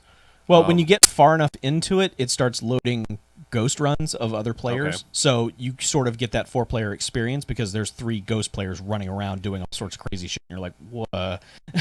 Yeah, I don't know. Just it seemed like they should have taken a cue from the later Lego games out of this, because this was very much like, here's your vantage point, here's the part of the world you can see, and if one person's like, I'm going to go over here, for whatever reason, it'll pick like, this is the person that we're focused on. If this person gets too far, it's like you suddenly float over into a bubble and land back in their area. Okay. See, I wasn't happy into it's that. very much like whatever person is in charge of the camera, Yeah. you have to stay with them. So you Okay. can't do that separate split screen, go up here kind of stuff. I don't know. I was just like, really? That was like they fixed that in Lego games a while back. Hey, look, Nintendo is just really starting to understand this stuff. They are. Just getting into this whole game games? thing. Yeah, well, they just got into the whole HD thing. Right, they're right. they're just now figuring out how to put all the P's in the game. So it's really, they'll You get know, the they'll be camera online. stuff next had, time. They had P's in Mario 3. They had some P's, but it wasn't like all of the P's Well, they had like a have little, now. little blue P button that Yeah. you could jump on. Yeah, they have some of P- those in this too, actually. Yeah. But They had the POW. I don't know. I think we made it through not 3 worlds, like 3 levels, and I was like, I'm done. And I was really excited to play it. So, I mean, I was like, fuck yeah, give me Peach. I want to do the hover jump, and right. she kind of does it, sort of. It's like she hovers for a second, but it's not anywhere like Super Mario 2. Or Well, there's a one of the and they're all useless. All their special things are useless because like they put you in cat suits and everything like right away. I mean, you get Nuki suit. well, no, now you're a cat. Like literally, like they can climb up walls and do little. they do flips have and the shit. other suit though, where Mario would basically jump like Peach does, where it's floaty jump. Okay. So. But yeah, I don't know. It was strange that I was excited for that game, and then I actually touched it, and I was like, So it's not the system seller you thought. yeah, it I was was gonna like, be. I don't want to play this anymore. If you can try to play it on your own, like when you're in complete control. Because that's how I experienced it, and I thought it was all right. But you should also try 3D Land on the 3DS. I think I did. Okay. And somehow that one kind of worked because that was very top-down-ish. Okay. Like, this was that weird isometric view and trying to jump on blocks and everything. I mean, I was sitting there and, like, jump, and I'm like, I must be terrible at game because I don't know where I am in relationship to this block at all. That part's frustrating, but I do like the camera choices it gives you because a lot of times that will be the thing that allows you to solve something. Like you'll move the camera and suddenly you'll see that behind this ledge was actually a secret thing. And you're like, oh, okay. It's kind of like how on 3D Land on the 3DS, it's like when you get the certain 3D puzzles and you have to move around and sort of like match it up to, the accelerometer and match puzzles like that. So, yeah, I mean, I like it. I don't know if it's a system seller, but I definitely think if you are playing a Wii U, you should be playing that game. Because whatever the hell, what else are you going to play on a Wii U? Yeah. That's Speaking kind of of I'm going to tell you something. all right. Well, the person that invited me to touch their Wii U. I don't have one, so I had to go, use somebody else's. They also got a copy of Wii Party U, Okay. which sounds like a That's a weird- terrible name. It Yeah. should be called Wii U Party. Sounds like a Venga Boys song. No, we're going to party you. We're going to party you hard. Okay, so I don't think I played much regular Wii Party. I think that was just the collection of mini games, right? I mean, literally just like, here, throw darts. Here's some things we didn't put in. Here's things that weren't quite fleshed out enough to put in Wii Sports. Tech demos. Yeah, Yeah. basically. This is not the case with Wii Party U. Mm-hmm. It's a lot of mini games, but they're generally very well designed mini games, and there's a fuckload of them, and you can play them in a Mario Party style bigger game, which is really fun. Like a board game Like a style. board game? Yeah, like rolling dice, and then there's weird spaces like chutes and ladders where it might shoot you forward 30 spaces or make you switch with the last player. Right. Yeah. Yeah. Definitely Mario Party. So, yeah, it's very Mario Party-esque, and I strangely had a lot of fun with this. It's very bizarre because it very much highlights the fact that the Wii U wants you to use every controller they've ever made, because it relies very heavily on Wiimotes and then the gamepad thing. Right. And I don't think it ever asked for the classic controller, but there's probably something you could do with that if you wanted to play that way. But yeah, I mean, it was very strange because it'd be like, okay, player one, grab the gamepad, and everybody else tilt your Wiimotes to the side because we're going to use it kind of like a controller now, or hold it vertically and we're going to, act like you're playing curling or something by sweeping the ground. And That's the way WarioWare was on the Wii, where Yeah. it used the controller really smartly, Yeah, making I you mean, do all sorts of unfortunately, shit. we were just playing 2 players. I think it would have been a whole lot more fun with 4, because the AI people were really stupid, and there were a couple games where there were some like 3-on-1 games Yeah. where it would do interesting things, kind of like that Pac-Man DS to Wii thing, where it would be like you can see what's going on the screen and they have to find you, but the other guys there were little cues of where he'd be on screen, but the other guys I couldn't say like, all right, cut him off. You go this way, I'll go this way, and we'll cut him off where he can't go anywhere, because they'd just be like, oh, it blinked over there, let me run to the opposite corner of the screen. So it was not fun with AI guys, but fun game overall. It would be a fun party game. System seller? No, Okay. I'm not going to buy a Wii U because of this. It's If it was bundled with a Wii U, would you be like, hey, that's a good deal? if they drop the price of the Wii U, which they probably will since they haven't sold any. Maybe. Mm-hmm. So in this little adventure, I played one other game, and then I know we're going to take a break. Barbie you. No more Wii U. We're done with the Wii U. Oh. Played a little Lego Marvel. Yeah. I was just going to say the latest Lego offering, but no, now there's one based on the movie, so it's not the latest anymore. Nope. It might be their biggest, because good God Almighty, the cast of unlockable characters you can play in that game. Holy shit. Have you played this? Yes. You have played this. I have. Have you unlocked everybody? No. Do you realize how far down the Marvel lineup they go for some of these characters? Pretty far. Howard the Duck. You can unlock Howard the Duck. What is his special move? He has a rocket launcher. Sweet. Yeah. You can unlock Stan Lee. You can play as Stan Lee. Oh, that's no surprise. Stan Lee is all throughout this game. Yeah. He all invented video games. over Why the would he not place. be in the video game? But for whatever reason, Stan Lee shoots webs, and if you push the button and hold down the button, just like if you were Bruce Banner, he can Hulk out. But he's like Stan Lee Hulk. So he still has Stan Lee hair and glasses, but he's Hulk. Yeah. And That all sounds amazing. yeah, this game is really good, and I'm going to buy it. That is all. It's a huge, giant game. Yeah, I've probably Giant played game. through half the levels, and my completion percentage is like 3.9%. It's one of those games where it's just like, holy God, there's a lot to do in this game. I mean, you can play through the story, and you're not gonna, you're hardly gonna see any of it. I mean, this is the game I wanted when I was 12, when I only got a game a year, because I could have spent the entire year playing Lego Marvel. Yes, because not only are there that many characters, certain ones like Iron Man, there's like 6 suits that do different things. Yeah, yeah. And it's weird how you have to select. Welcome to the Lego games. You'll hover over them and it'll just sit there and cycle, and you have to wait and press the one that you want to switch to the right one. And it's funny too. I mean, it's well written for that kind of game. Yeah, but I mean, I had no idea like they were that. I hate to say it, but like GTA-esque. I mean, where you can go around all New York and like jump in the cars if you want to. And Well, this is the first one that's really like that. is it okay? Like the other ones, The Batman they'll one have were a hub starting area. to Yeah, the other ones would have, generally speaking, a hub area, and then you go to the levels from there. Whereas this one just seems like it's, Yeah, I mean, full on mu- flying, like, obviously. yeah. You know. or the hub area is just enormous. That's basically the It's the hub area helicarrier. is the world. Oh, Yeah. I was gonna say So- you have the helicarrier too. Yep. Which is large. But yeah, I mean, like the 2-player thing, like go anywhere, be completely across the map from each other until you go into like a instant thing, then it'll suck the other person in. But yeah, like just if you're done and you just want to fuck around, you go fly over by the Statue of Liberty. I'll be in, Hell's Kitchen. You know me, I've been a fan of all the Lego games. I should say, not necessarily. This almost feels like the closest to like an Ultimate Alliance style game. I mean, Yeah. it's crazy big and giant roster. Yeah. So I still don't understand their insistence on putting in, basically useless characters.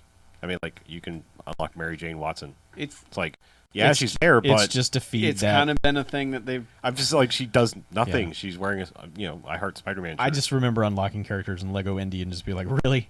yeah. That guy? Yeah, I mean, and Student the funny Indy thing bumps is, like, into in they've the got hallway. they've got 2 DLC packs. One of them is like the Asgardian pack, and they put Jane Foster in there. It's like, great, thanks, I guess. Yeah. Awesome. She Yeah. can do some science for you. Push the button, do science. Stan Lee says Excelsior when you finish a level. Sure. He's hidden in every level, screaming help because he's got himself trapped in some bullshit nonsense. Oh, that's great. Yeah. Yeah. There's always something hidden in every level. They're. I don't know why, but the Lego games scratch that itch of just, all right, this level has like 40 things in it, and you don't have to find them all. No. But if you want to, they're all there, that kind of thing. So, yeah, I could see having Stan Lee shouting for help in every single level being kind of fun. Yeah. Because you stand there and be like, how the hell did he get over there? Does it even have a storyline to it? Oh, yeah. Yeah. Oh, yeah. Is there a Lego Galactus? Yeah. Yes. They actually have some of the giant characters you can unlock to play, but they become normal size. Aw. Yeah. So like you'll have Galactus, but he's a mini fig. They do have big figs now though. It's like Hulk is like twice the size of a normal one. I'm going to have to play that one. Yeah, it's well done. What were you playing it on? I actually it was a 360 copy. Oh, Looked okay. great. I can't even imagine what the PS4 is going to look like. Yeah, I've been playing the Xbox One, and it just looks like, One. the one. This is the Xbox 11. 11, yeah. Cool.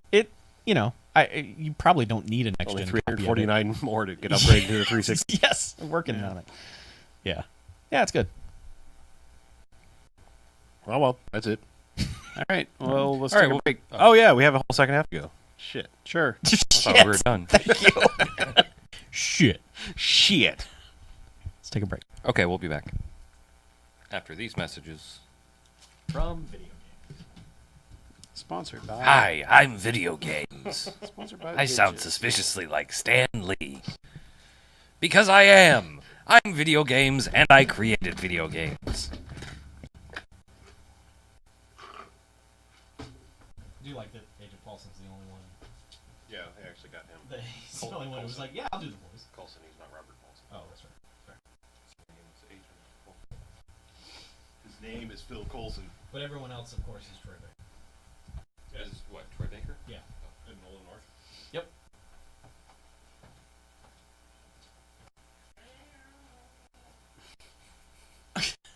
Everybody's always talking about that cat. Cat's fun to talk to. What's going on in the chat? Nothing. Jack shit. Nobody cares about video. It's a slow night, man. Olympics. Oh, that's Maybe watching the luge. Maybe watching people do the skeleton. Yeah. I like the skeleton better than the luge. Yeah. I like to think of the idea of like their head just pulping if they hit the wall wrong. That's, Whereas luge, just their leg gets bent back the wrong direction. It's whatever. You'll walk one day again. Yeah. I'm surprised you don't see more luge accidents. yeah. It would be nice to see some. I know. That's what I'm looking for. Yeah. Luge. It's like lube, but with a G. Totally like that. No, it is. It's totally. Totes. Hey, there is one watching now. I don't know who that one is. Hi, viewer. We picked a bad night. Yeah. Or maybe it's just early and people are used to us coming on at like 10. Could be. Yeah. Whatevs. I like being halfway done by 9 o'clock. That's a good sign. Normally it's like, yeah, let's get started. It's 9. Wait, we're for a loop by saying, no, video games. You're like, what?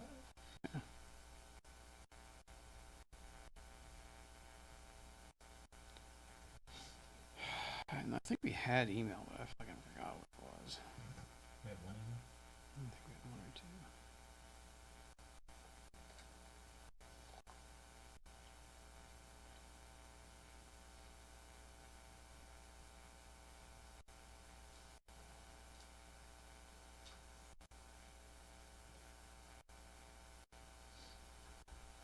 Hmm.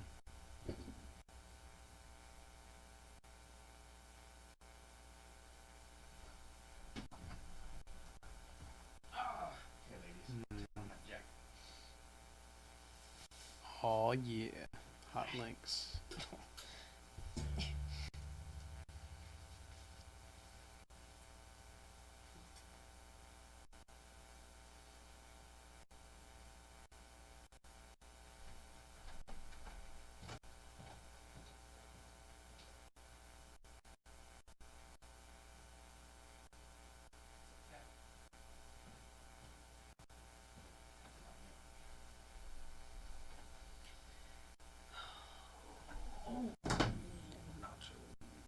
How you feeling? How those nachos sitting? Oh, pretty good. They sitting pretty? Yeah. Yeah. Yeah. You enjoying them? Oh, yeah. Nachos, Nachos. just sitting there stewing, Gotta love them. brewing nachos.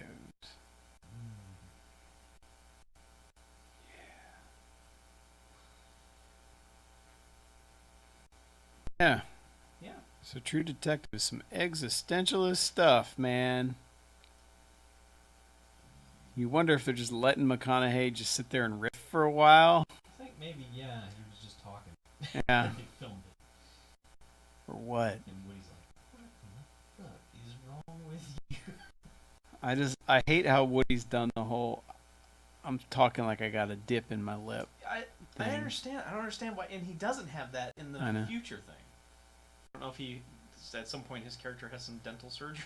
Yeah. Although I think at one point in 4, you see him stuff some chaw in his face. I would think so. But, yeah, man, the whole time he's just... like reverse Jeff Bridges speech impediment going on. yeah. It's- I just love how they're both committed to being dicks in their Mhm. own way. Yeah. Completely unique ways, no less. Yep. It's a good show. Yeah. I'm sad it's only 8 episodes. So have they said like what the premise of the show, like how was it that they sold the show before it came out? Were they basically just like, hey, it's Woody Harrelson and Matthew McConaughey and they're detectives I think that's probably on a case. Yeah. So it wasn't like, here's this, because it's like, are they going to solve this by the end of the 8 episodes and then it's another case after that, or? No, this is totally self-contained in terms of like the entire. It's going to be like American Horror Story. Okay. So the next season, if there is a next season, will be a different cast, different everything. Okay. It's an anthology. Yeah. Which I'm great with. I mean, as long as there's an actual resolution, I'm good. Yeah. That's, you know, I like them. I like that television is starting to realize that the British model of television is actually okay. Yeah. You can do 6 or 8 episodes, tell your story, and get out. I think the the original British Office is one of the best shows ever because they didn't wear out their welcome. They never retreaded anything. They're just like, we're just doing 10 episodes. Yeah. And we'll do another 10. And yeah, we'll do a Christmas special just to give everyone some closure, and then we're done. Yeah. This is over. Yeah. Like, that's awesome to me. 'Cause it's like they, it's kind of like the band that puts out 3 awesome albums and is like, you know what, let's quit while we're ahead. There's no need for us to turn shitty. Well, and it allows you to, like in this case especially, to get Woody Harrelson and Matthew McConaughey to commit to a television series. Well, they're executive producers. Yeah, but I mean, if you tell them it's going to be 8 hours and that's it, No. and then you're free. It's like, well, you can get people to commit to that. You can't get people to commit to some sort of open-ended. Yeah. It's like I don't want to do that. Nope. So, All right, I'll be right back. thanks for hanging out with me. Oh, of course. I didn't want to be alone. So that we want to spoil our future plans for nobody that's watching. I don't think anybody's watching right now. Well, have we told BJ yet? I don't think we told anybody now. I was talking with Josh about it a little bit, but You mean Mackie? sorry. Yeah, it's me. It's a good thing nobody's watching. Yeah. Chuck and I are talking about doing yet another podcast because we both seem to have more time, and we're dumb. How's that sound to you? Coming soon from Flappy Gas Productions. That's the other thing. That's is what we needed. We need a name for. We're going to create a whole network, I think, and we're going to buy 2 more pages and do a network page and another podcast page, and then if you go to the network page, you can subscribe to all in one. Here's the premise. Yeah, premise. Of the 3rd show. All right. Which I think you might like. Basically, it is just to expand on the nerdy, geeky shit that we get into without feeling like we got to wrap it up because it's the second half of the Bamcast or whatever. So, So more like a chat show. Yeah, more like kind of like. we already kind of have a name. We settled on the name. We like the name. I'm okay with the name I like if you the are. name. I don't want to say it because we haven't secured anything yet. Oh yeah, shit. So we have Write it on the document real quick. we have a Yeah. name, but we're not going to say it because someone might Yeah. be mean and take it or something. Yeah. So. I'll put it at the very bottom. Okay, go ahead.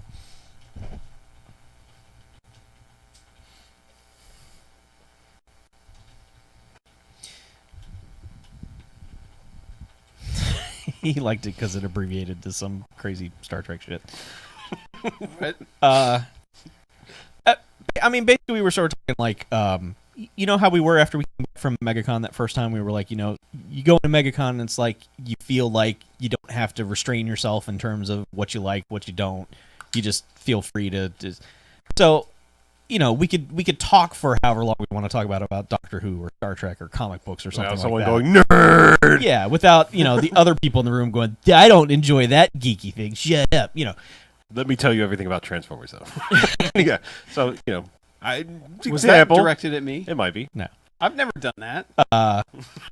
You've never done the second part. Yeah. Well, actually, you have. now that I think about it. I did not tell you everything there is to know about Transformers. You could. You've tried. You could. Oh, I could. That's the easily. difference. Yes. Easily. There is an avenue Yeah. for this. I mean, we wouldn't necessarily say it's weekly or monthly. I think it would just be whenever. But I know there have been times where one or more of us has been like, I need to speak on this, and don't really have the... Like, when True Detective ends, we're going to talk about that. Yeah, but we can't spend the entire second half of Bamcast talking about it. Yeah. Yeah. It's going to be spoilerific about whatever subject, and I think we're probably going to segment it off to episodes about subjects. That's what we're leaning towards that. Yeah. That would be my very strong recommendation. Because I also think, he was saying, we could get people in if, we're going to do a whole Doctor Who episode, and people would be like, well, I don't care about that, so I'm not going to listen to that episode. But I think it's more fair than being like, we're going to talk about Doctor Who and then talk about wrestling. Yeah. Yeah. I'd rather you do that just because, there are too many all things geek shows Yeah. out there that are just like, let's talk about comics now. And, Right. oh, hey, what was on TV this week? It's like, Yeah. Yeah. don't care. Yeah. Don't care. Unless you have copious show notes, don't care. Right. So I'd much rather do one where it's, all right, we're going to talk about Mountain Dew Baja Blast and why it is the best thing that's happened to humanity Yeah. Baja Blast episode. since the original Mountain Dew. That'd be a pod blast. Yeah. like Yeah. you know when you marathon through Doctor Who or when you marathon through Orange Is the New Black or something like that, and it's like, well, I can't really get into it because we're trying to avoid spoilers. Not everybody in the room has seen it. Blah blah blah. So let's just hold back. This would be like okay, now we can just go with it and just get it all out, that kind of thing. And we can just kind of record it whenever and then just piece together what we want. Yeah. So not like saying, oh, now we got all to get together another night or anything like that.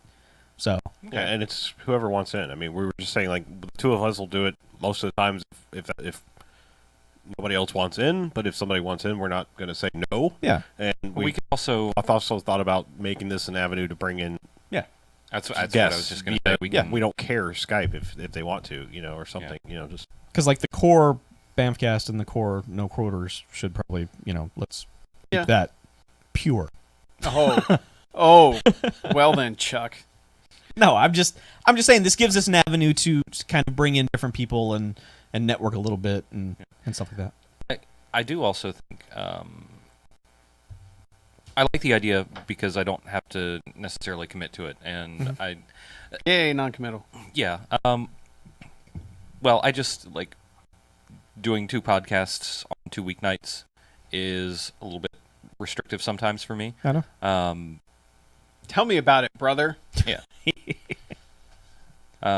Yeah, that's why we don't ever. totally no commitment. Yeah, no Yeah. commitment. Like if If you Yeah. have time and there's something like, hey guys, could we? You know, like we're doing a Star Trek, or not Star Trek, something you care about, like something. I'm saying we're doing an episode, and you're like, holy shit, I want in on that. Then yes, Yeah. you come sit in. But Yeah. like if we're talking Star Trek for an all episode, you don't give 2 shits. Well, let us go nuts with it. Yeah.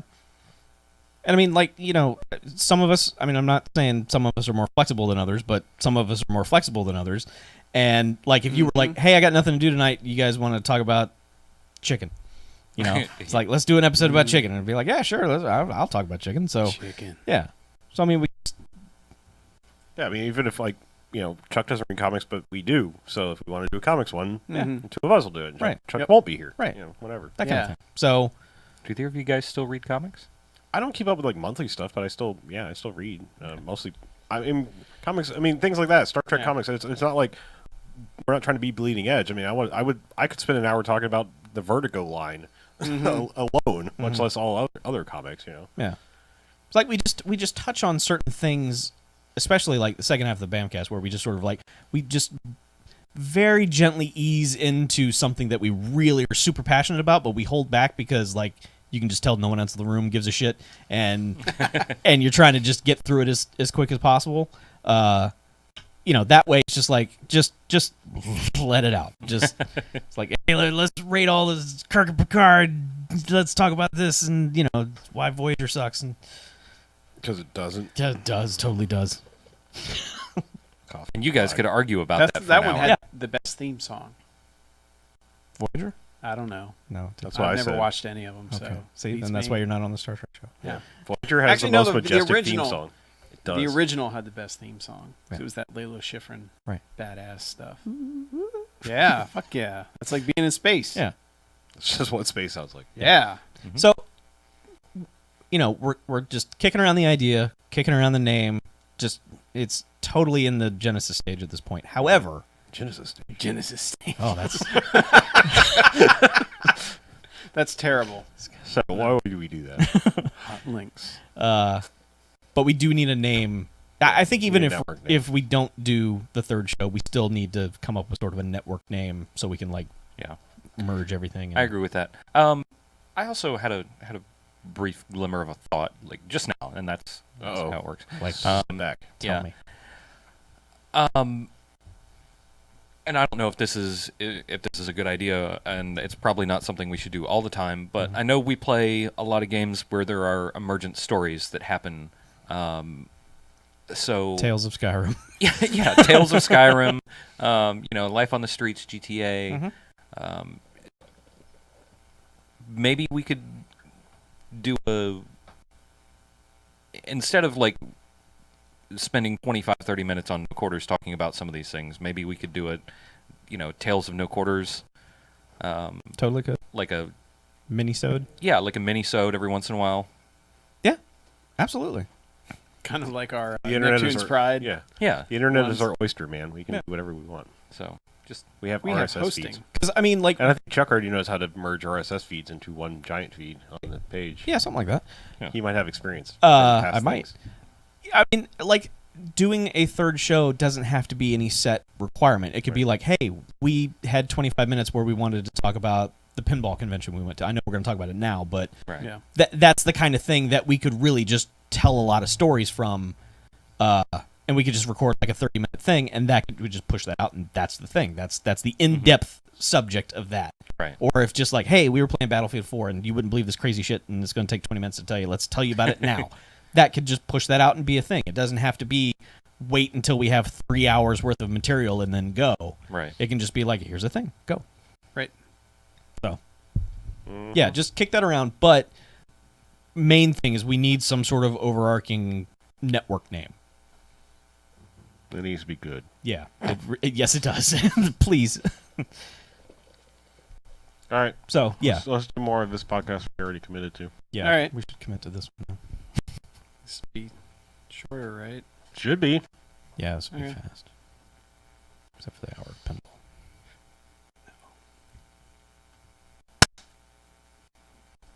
All right, welcome back. Second half. Hey, second half, still a motherfucking video game podcast. Correct. Brought to you by video games. As always. So, Yeah. Chuck, Mm-hmm. you weren't here when we did our big Grand Theft Auto 5 episode. No, I was busy. Yeah. And also I had not played Grand Theft Auto 5. That's Yeah. probably a better reason. Yeah. There was no point in you being here. No, there wasn't. So, I've since played a lot of it. Have Yeah. you? I probably played about 25 hours of it at this point. that's good to hear. So I have some thoughts. Oh, do you? Oh, Yeah. regale us. And you were post. Now you are post. Post tragedy. That everybody else who was playing it at the time had to deal with. So. Right. Yeah. Okay, so let me preface this by saying I like Grand Theft Auto 5. Just so Fuck internet hates Grand Theft Auto okay, 5. see, I knew that was coming. I don't think I've put 25 hours into any of the stories of any of the Grand Theft Auto games, and I can see myself finishing this one. I still go back to it like every 2 or 3 days, play a good chunk of it. I know in one of the shows recently, I was pretty harsh on Grand Theft Auto 4 because there were things in it that irritated the shit out of me. And I'm pleased to say that Grand Theft Auto 5 fixes a lot of those little irritating things, especially that you can maneuver yourself through the world without the fucking cops coming after you for every little traffic violation. That to me is the best thing, that you can just slam through the goddamn city and the cops are just, well, whatever. yeah, whatever. I guess that happened. So that's great. That loosens the leash a little bit and lets you have a little bit more fun, which I like fun in my video games. I've heard. You should play Dark Souls. No, that's not Oh. fun. No fun. I like the story. I like the characters. Trevor. Here's the thing with me and Trevor. I think Trevor works in small doses. I wish he wasn't a constant player choice. Like, I wish you couldn't switch to him at any moment, because I kind of like the idea of this tornado character just suddenly showing up in your cutscene and like, oh god, this is going to get really weird. I kind of don't like being the reason that happens or controlling that in any way. I sort of like how you control the dog in one story. Like, you could switch to the dog and now you're the dog. I wouldn't mind if you could play him like in the big story missions, but I just wish like in the open world stuff that he was not someone that you could pick. Because he's kind of entertaining when he's interacting with other people, but he's also just the most deplorable thing ever. And I don't like looking at him. I've gone out of my way to like try to change his look as drastically as possible, and I just keep making him more grotesque. It's like you put a suit on him, and it's just the suit doesn't fit. No matter what suit you buy, it's just too small, and it's just like, God, can you just like shave your head and put on a normal shirt and stop being weird? No. Yeah, so I also think that at any moment one of the other main characters in this game would shoot him in the head. He's that kind of unpredictable. It's just like that. He's a loose cannon. You can't have him around. You have to take that guy out because he's fucking insane. And you can't have. I've seen Heat. You can't have that on your crew. Yep. You can't have that. Let's kill these. So it fixes a lot of the problems that I had with 4. I think it's a lot of fun. I think the music is really good. The The heists seem to be okay. Flying is a pain in the ass, I think. Oh, try Battlefield. Try Battlefield. Try to fly anything in Battlefield. I dare you. Okay. I double dare you. I just remember like getting into a helicopter and just being like, okay, I got this, and then the whole time just going, it's just like I can't fly straight and fast. Just go. And then it's like, hey, you need to go to flight school, and I was like, this is gonna be the worst. And it's just fly through the rings and do this, and I was just like, not the best. yeah. Trying to fly things and in Battlefield makes Yeah. me appreciate how fucking good Okay. flying is Fair in, enough. in GTA. So easy. But well, Super easy. So maybe hop I'll, into the test range and okay. try to fly a helicopter. I'll do that for if you can perspective. Yeah. if you can fly without blowing up for more than like 7 seconds, then you are probably some sort of hero savant. All right. But I digress. Yeah. It is still a pain in the ass in GTA compared to how it should be. Yeah, it doesn't. It seems more complicated than it needs to be. Like the controls are really touchy. It's just that it's I don't know. I don't feel like it's even the controls. It's just the fact that that whatever physics they've introduced into it just makes it janky. Well, I do appreciate the fact that you will hit a gust of wind, and all of a sudden you just go, whoa. That gust of wind happens from the lot. opposite direction every other Right. every 3 seconds you get a gust of wind from the right, Yeah. from the left. Yeah. Bleh. So I mean, I'm digging it. I keep coming back to it, and I've played 25 hours of it. Nothing else has really taken me away from it yet. How many heists have you done? The most recent one I did, it was after the one where Trevor's just like, there's a thing at the bottom of the ocean, get it. Okay. And you just go get it, and then the Okay. feds are like, that's our thing, give it back. And they're just like, all right. And then you do one after that, I think, for the feds, Mm-hmm. where they make you rob something. You have to steal trucks and stuff like that. So, I mean, I've probably done 4 or 5 heists. Okay. So, You're a Do good you, ways do you in. have a disc-based version of it? I do. Okay. On 360. I saw that at 360 had it fairly significantly discounted for the downloadable digital version, and it made me interested because I was like, man, I bet that plays better. From what I've heard, no. No? Because it needs... The way the 360 version was structured, it needs to read off the hard drive and the disk drive at the same time to not be as janky. Really? Yeah. Okay. Yeah. So what, the PS3 version is the best one then? Well, if you're talking about just any version where you've got partially installed, partially off the disk. Oh. Because well, even that wouldn't be the PS3 then. the PS3 download yeah. install. Well, that I mean, people it have would be problems one with. disc on there anyway with the Blu-ray. I mean, you would Yeah, but But you would install. yeah. Oh, What I'm yeah, saying, like okay. you couldn't just digitally download the whole thing. well, you can, but that's what I'm saying. Right, but Just would what be I'm saying better. is that from what I've read, people have said that's the worst version. Oh, okay. So you If you get a disc version, either play the disc version of either one. Interesting. Yeah. You Okay. install the disc to a USB drive, and you install the other Oh, disc. to no, the that hard did not. That worked terribly for me. Yeah, it worked great for me. So, I don't know. I bought supposedly the fastest drive that supported on the 360, and it was unplayable. well. Did you play any of the online? I tried to play it twice, and each time I was told the Rockstar servers were down. Ew. Yeah, That's no good. so Still waiting for them to announce the PC version because if they do that, it might be next generation version.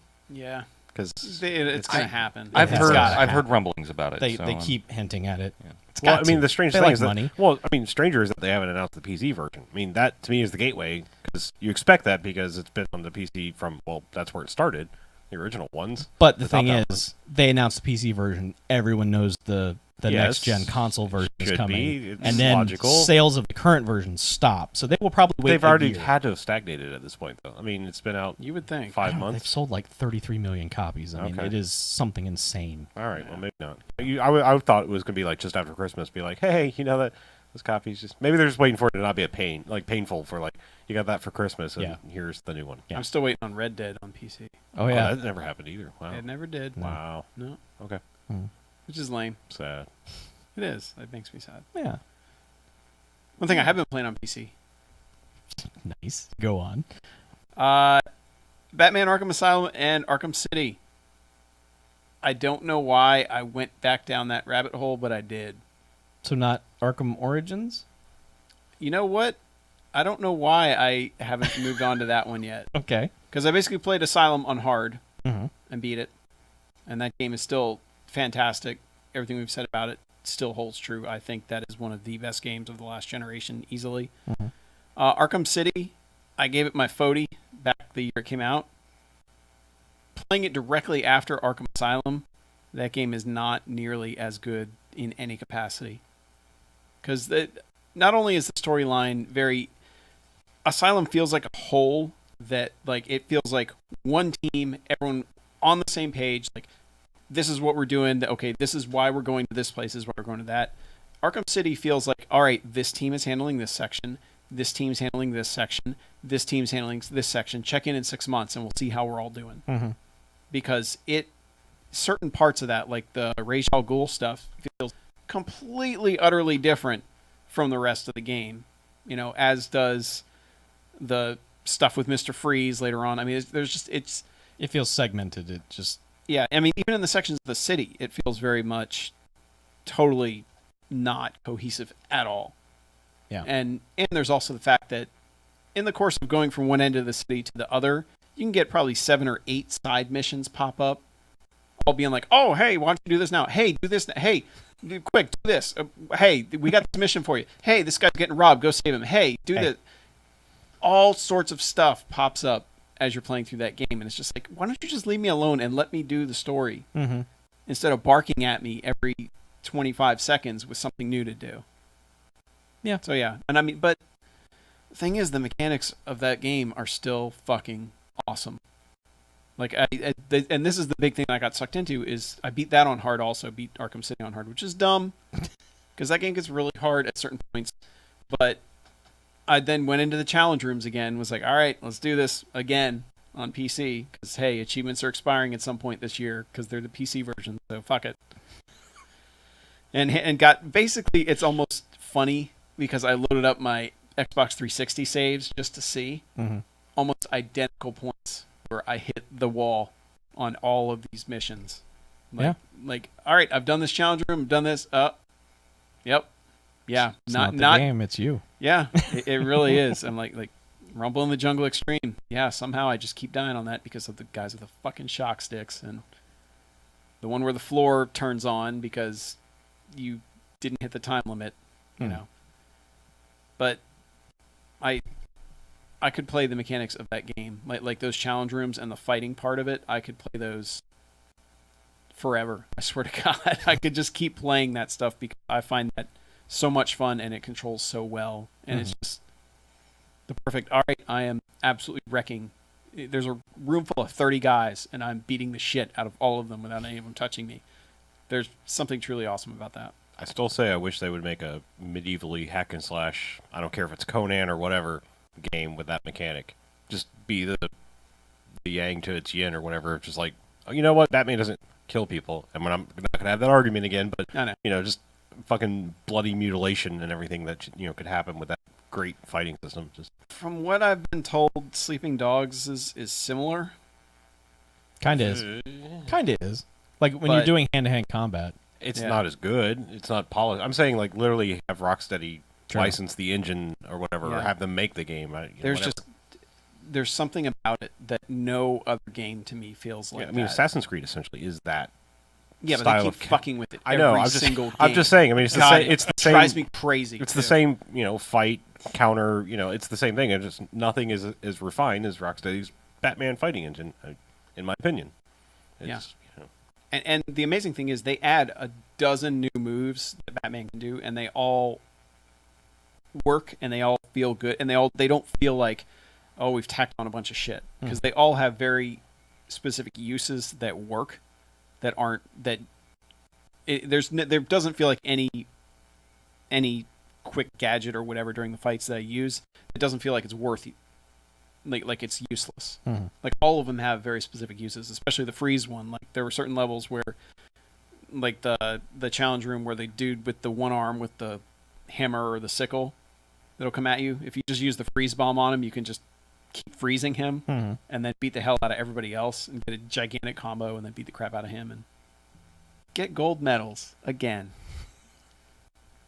But yeah, I could play those games for months, and I think my wife is ready to kill me because that's all she ever hears coming out of the TV room. Batman. Hey, Batman! It's like, and then it's punch, punch, punch, crack, punch, crack. Hey, bats, and crack. Those guys never learn. I know they really don't, No. but yeah, there's. They could reskin that as something else, and I'd still play the fuck out of it every what I'm day, just saying. like you're saying. Yeah. I wish I knew the magic sauce that they used in that game to make that system work. The fact that it just Because works. so many other systems are the same, where it's like, all right, yeah, you're using X for these types of punches, you're using Y to counter, and you're using a B to stun, and an A jumps, and yet none of them are the same. Yeah. I mean, Rise tried to do that. You know, Tried, I mean, yeah. The combat's a little different, but it was sort of going for that string together a bunch of combos and just get fucking brutal. But yeah, I mean, it's Rise. Yeah. Yep. But City it's not as good, but the challenge stuff I think is better. So have you really not played Origins at all yet? I played up to the Deathstroke fight, Oh, okay. and I beat that, and then I was like, I need to take a break from this, Okay. and then I And kind then of you got back. Then you reverted to the old ones. Yeah, Okay. yeah. And it was one of those where it was like, all right, well, I've gone this far, I'm just gonna beat the other one too. Fuck it. Yeah. So yeah, I'm Well, still working Good luck on with I Am the Night mode. If you try that on Origins. I'm not gonna. No. Okay. Good. Good. Just No, there's a part of me that wants to do the new game plus on City, but I don't know. well, you already beat it on hard. So is there any reason to? No? Achievement. That's about it. Oh. Okay. Yeah, which Yeah. is dumb, but Hey. I I agree. enjoy playing it. But I also forgot like how many characters they kill off over the course of that story. You know, Yeah. because they didn't really kill anyone off in Asylum, No. and then City, they're like, nah, all right, well, guess what? Everybody fucking dies by the end of this, Yeah. which is probably why they're like, yeah, maybe we should just do an origin one after, do a Probably prequel. Start over.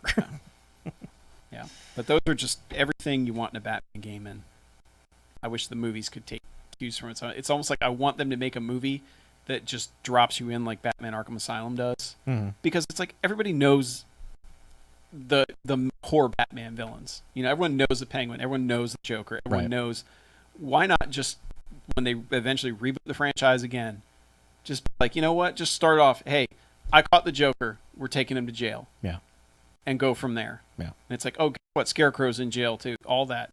I still say best movie script idea I ever heard was that Supermax. I mean, Oh yeah. you remember that was pitched around for a while, and now Mhm. that they've made Arrow, I'm sure it'll never happen. But that was like the greatest, most original comic book script idea I've ever heard. Was take a character Green Arrow, you don't really, nobody really knows or cares about him, and he has to go to jail, and it's filled with DC B and C level villains, and it becomes fucking lockup, where he's got to like fight all the people he put in the jail. Mm-hmm. I was like, Yeah. yes, Mm-hmm. Oh, one fucking thing. game of death with this superhero dude. Yeah. One thing I want to mention from Origins, the first electrocutioner fight Oh yeah, is one of the best moments. I don't know how I forgot to mention that during our Fodes episode, but that first fight is one of the best moments of the year it's good. in a hilarious way. But yeah, so yeah, I could keep going about Batman, but Okay. yeah, I'm gonna keep playing them until I friggin' get every fucking medal in that game because I'm an idiot. Totally. So we want to talk quickly about a much smaller, less polished game Yeah, on the PC. I just wanted to mention this game because it came up in the Steam sale and it was super cheap and it was just like, I'll buy that and try it. And then I wound up playing a good few hours of it because Yeah. it was really kind of charming and great for what it is, called Demolition Inc., which I sort of equate to like a Burnout Crash kind of Basically what it thing. is, yeah. Where you're like on. an intergalactic demolition alien thing. But you've got to destroy the city in weird ways. Yeah, like you're causing car accidents to topple buildings, which then has to hit this other thing, and you have various things that you use to drop down and You'll throw oil slicks on the road to make a car veer off in a certain direction so that it'll crash through other cars and into barrels and Yeah. into buildings. yeah, There's it's exploding cows. yes, there are. It's incredibly cute and charming and kind of well done. It didn't seem cheap, although it was. I think it was less than $1. Yeah, I want to say it was 89 cents or Yes, something during the I Steam was. sale. I was just really impressed by it. It pretty much runs on anything. It's not that intensive of Nah. on CPU power or anything. I think you sent me a copy of this. I might Yeah, I have. think you gifted me I a might copy. have. It was so cheap. I was just like, "What? Fucking And you play get this a game." Demolition Inc. Yeah. Mhm. I think, did you send it to me or did I actually buy it? No, I think I sent it to Yeah, you. you might have. Yeah, because I was just like, Because I think I was actually logging in to be like, what is this game? Oh, I have it. yeah, Yeah. yeah, yeah. It's just really cute. It's really fun. The levels aren't too terribly difficult. When something clicks, you're like, oh, okay, yeah, that makes sense. And it sort of itches that kind of burnout crash mode that you don't have anymore, Mhm. really. So Well, unless you go back and play it. yeah, You still but, can. I mean, like Sure. a new thing. Yes. So yeah, PC games. I played one. Mm. Works on a Mac. Good job. way to show up. Thanks. Chuck, Thanks, for the PC stuff. Oh, Chuck. Puke. Yes, that is what that infers. Uh-huh. Yep. Speaking of puke, Okay. Ah. Oh, no. only one aspect of it. Mm. I think we have to talk a little bit about Pinball Arcade for PS4. Yeah, we And when I probably say should. puke, Yeah. I mean the sound. I think I said it last episode, right? Yeah. We've brought this up before. We received a It's- review copy, Mm-hmm. but this shows up on the downloadable PS4 version Yep. as well. But Pinball Arcade, Season 1, Yeah. comes on a disc. Yes, it does. Amazing. And if you bought all the seasons earlier, I think it's still on discount. Not positive, but it was available to buy the seasons at a discount. Yeah. I did. I don't know when the expiration time Yeah, I is don't know or if it's was. ended yet or not. I think Yeah. there is a date that it ends, but, But either way, Pinball Arcade made its way to PS4. Yes.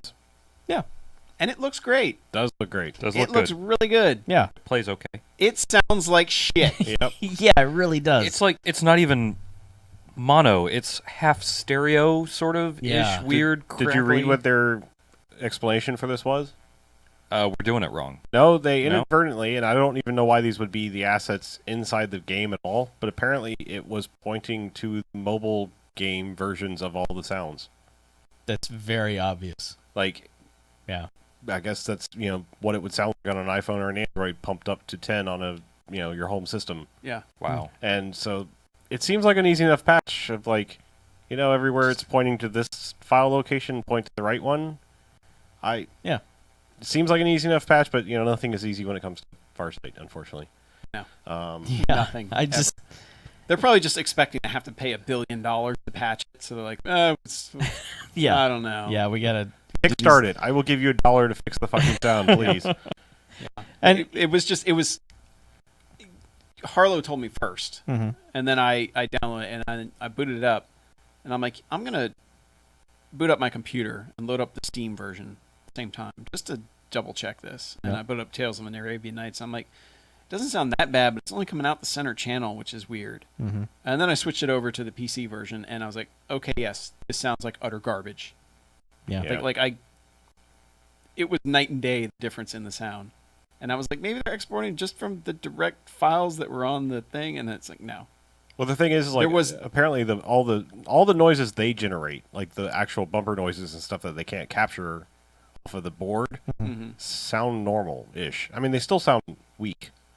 But Weaker they're, than- Yeah, they're but I mean, better like, sounding. even than the game menu sounds. music was Yeah. Oh yeah. the compressed garbage. That's what I'm saying. version. Any sound that they stole Yeah. from, Steal it. well, whatever that they got from the machine itself, like you can't. Harvest. No, but I'm talking about like the menu main. Oh yeah, menu yeah, Oh, yeah, yeah. music I'm is- saying yeah. yes. I'm just saying Shit. All the stuff that had to be compressed to shit to fit on the iPhone. Yeah. Or Android, Yeah, whatever. game sound effects and music, just terrible. I mean, Yeah. I mean, and it's you can cool- only play season 1. Season Right. 2 is not available on the PS4.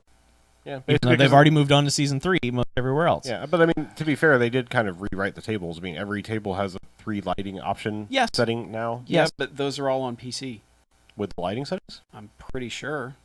Maybe. Not positive, Also, but- Farsight is really good at not being able to keep up with their Yeah. release schedule. Yes, this is true. It did miss the launch window and with no word said, but Yeah. Yeah. I've just hit the point where I'm really debating whether to even bother keeping going on the PS4. Or if I just need to just get it all on Steam because you know what?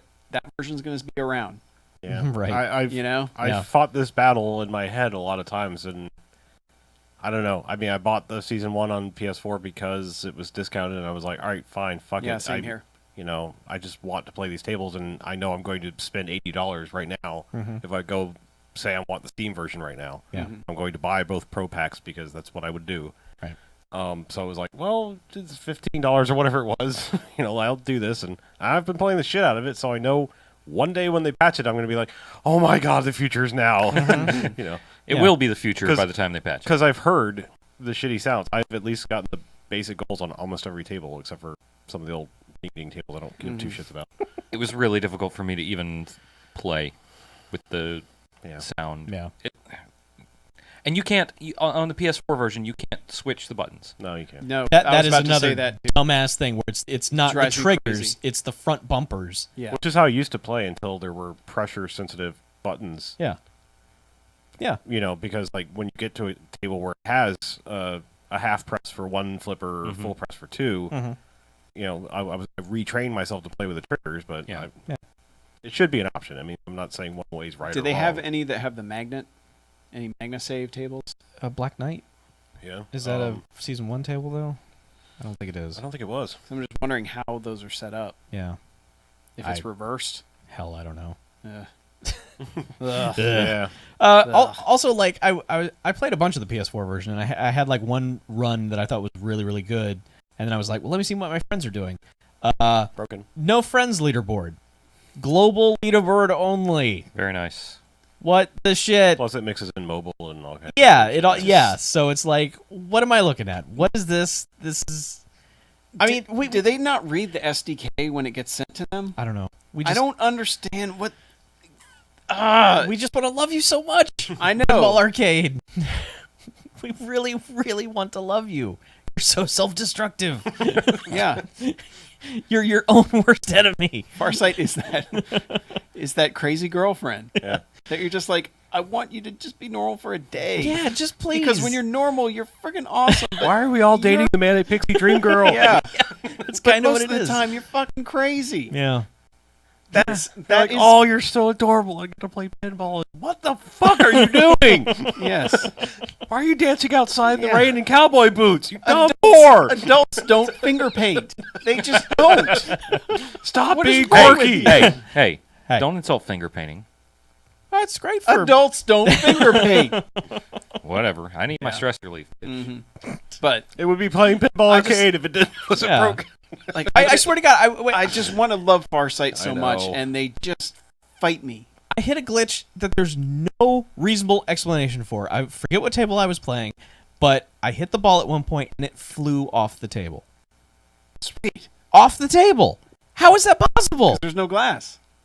That's Have insane. you played Creature of the Black Lagoon on PS4, anyone? No. No. There's a really funky bug. Like, there you can see the ball go, like, through the hologram. There's, like, one ball return that's supposed to be under the hologram, Yeah. but you can see it the whole way. Like, and so every time you're like, it's going under here and it's going to come out where it's supposed to, but every time you think you see a ball flying towards the outlane. Well, God, it just you know that they Yeah. built it exactly like the table is for real. No, it's not.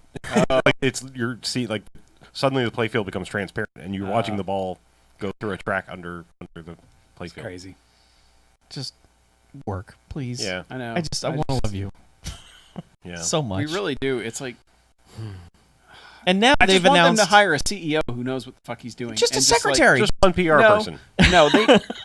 At this point, they need someone from the top down. okay, Just like you're probably right. to, I wish to like be like They need a "All right, project manager. Yeah, they Yeah, really do. you do this, you do this, you do this, and you do this. yeah, and I'm sorry and we're you gonna have to don't do delay this anything because else. it's broken. Yeah. So You fix this. yeah, Like they need a taskmaster. They need somebody to crack the whip there, because whatever they're doing isn't fucking working. yeah, and I mean like they keep just making announcements. Like I remember like 6 months ago they were like we're gonna do Pinball After Dark and bring all the like the Playboy tables and stuff like that out. That never happened. And now they're saying like we're gonna make original tables because we know all the designers and they're gonna come in and design virtual pinball and that's No. gonna be great. And it's like No. fix your shit first, make all the real pinball tables first, and then if you're still going, go nuts. Just make your own crazy pinball Do tables. not. Like, whoever it- let Zen Pinball be that bullshit. They're doing it better. I mean, Well, when it comes to original shit. Yeah. But they're be- getting like the people that make. Yeah, they're getting like To be honest, Steve yeah, Ritchie and those if you guys. if you make real virtual pinball tables as opposed to like if you make a pinball table like regular pinball table is made and not a you can leave understand. Farsight to Right. the crazy like ball spirals up into the Also, yeah. atmosphere. You and- don't have robots and grabbing stuff and No, no. But I think what they're saying, I like the idea of what they're saying, which is that we're going to create a original virtual pinball table, and if it's popular enough, we'll make a real machine out of it. I'm like, okay, good luck with that. That's a noble cause. Yeah. I wish you luck. I just like it the just seems idea like one of more giving- step of not Yes. staying on par with everything else that you're doing. And it you just seems still like have hundreds of real pinball machines we want digitized. Yes. Make like your pinball arcade is done when you have run through every table that you're allowed to get the license for. Yep. Yeah. That's when you're done. Yep. Then you I can just- stop. You don't need to go above and beyond. Yeah, no. I mean, I like the idea of giving classic pinball designers, like, basically giving them the option, here's a table without a budget. Yeah. How would you make your dream table? Yeah, you're not really confined by materials. Yeah. You can just sort of like create it in a 3D space and see if it works. But it has to work physics because that's what Yes. you're saying. Don't be Zen Right. pinball where the Right. ball can fly wherever exactly. or teleport. Yeah, So, but Yeah. I don't know. but there's a reason we're so high on pinball arcade and real pinball tables. It's because they're awesome. And we like to go see real pinball tables Yeah. whenever we can. Whenever we can. and Wherever. we got lucky. Oh. Sometimes we don't have to travel far. We There did was get one lucky. in our town. Yes, there was. Thank Holy goodness. crap! Jacksonville Arcade Expo. Yes. First year, they pulled it off. They actually did a really great job with their show Yes, they did. in that they had plenty of pinball tables, plenty of arcade machines, Mm-hmm. and A good venue. yeah, It and was a they good had venue. a good turnout too. Which that was our big concern, was like we want there to be enough people there that they're going to be able to do it again. They're going to but double it next year. but we don't want too many because we want to be able to get on a machine when we want, and It was just right. I mean, they had a good crowd. Having it on a college campus was smart very smart. because you just get dudes like, hey, what's over there? And then, all of a sudden, Mhm. just college people everywhere. Yep. And after 8 p.m., they basically said, "Hey, half price for the rest of the evening." Yep. Yeah. Smart. They did a really good job. I was really impressed by it. Had the mobile bar. That was smart. They had Yeah. food, Food trucks. trucks. Yeah. Trucks. Didn't have to Doubly eat smart. shitty BW3s the whole time. And not having it on International Drive in Orlando is pretty much the best plan Yeah. ever. Yeah. And speaking of that, might as well get out of the way. Sure. Well, at least we don't have to suffer through it now. Yeah, at least not this year. They didn't say. Well, Game Warp said that they're on hiatus at least for 2014. They will no longer be, or they won't be doing a Game Warp this year. They're, Sucks. I was already looking forward to it, and Goddamn tragedy. yeah, it's kind of terrible. You I guys was not know. looking forward to that hotel, but I was looking No, forward no, to the we were pinball we were machines. looking forward to staying in a different fucking hotel. Because I was looking forward to just a straight weekend of pinball. Yeah. That was such a great weekend last year. Yeah. Because getting there, when did we get there? Saturday morning, and just stayed, Yeah, something just like. staying till 3 in the morning that Mhm. night playing freaking Metallica and just everything, and then Yeah. getting up the next morning and just being like, all right, playing everything More. again, Yeah, more pinball. It's great. Pretty awesome. And it's and now tragic. it's gone. But the Jacksonville one, not as big as Game Warp. Nope. No, by any I'd say stretch, 'cause about it's really a third the starting size, maybe. maybe half. 3/4 maybe, I would say. Yeah. I mean, Those- that I don't think it was. I Close. guess there were a little over 100 machines there. Yeah. Yeah. Because and there's it was fairly evenly distributed between Around arcade 100 machines arcade and and pinball machines. yeah, Yeah. yeah.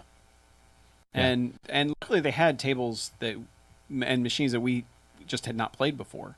Yeah, once Actually, again, quite a just a range of tables like, what is this? I'd never seen this Mhm. before, and what the hell is that? And that's the best thing about coming into pinball kind of late and being really enthusiastic about it, is that when these shows pop up, you just see 20, 30 tables that you've never seen before. Yeah. It's like and you just, you spend time just looking at it and just looking at the art and studying everything about it. It's like, oh, how does this work? It's not just like going in and playing fucking Pac-Man. You know how Pac-Man's going to work. Right. It's still cool to play it, but still it's like, oh man, just look at this art. Yeah. Finding out like the Judge Dredd table is actually really awesome. Yeah. And not based on the shitty movie. Exactly. Um, Yeah. And- Stargate was all right too. Somebody showed up with all the It was based on the awesome most movie. Yeah, oh yeah. Somebody showed up with the most recent Stern tables, like Mhm. 5 of the most recent Stern tables. So which we is played the cool. new Star Trek, Yes. which It's bright. I still can't figure out if that's a good table or just a pretty table. It's pretty. It because is a it's pretty all table. shiny lens flary. Man. It's just looking at it, you're like, man, this whole thing's gorgeous. Yeah. It's And bright. it's got It's the well lit. Enterprise bouncing around up top. And Mm-hmm. Well, it's got the other ship. Whatever. It's the villain ship. Oh, is it? Yeah, the Dreadnought or whatever it's called. Well, where's the good guy ship? Where's the Enterprise? You are the whole thing. Is You are the Enterprise. Enterprise. Oh, You are the Enterprise. I didn't even realize that. I just saw spaceship. Yeah. They all look Like like. Star Trek. Yeah. Yeah, the Stern tables. They're all starting to feel pretty much the same.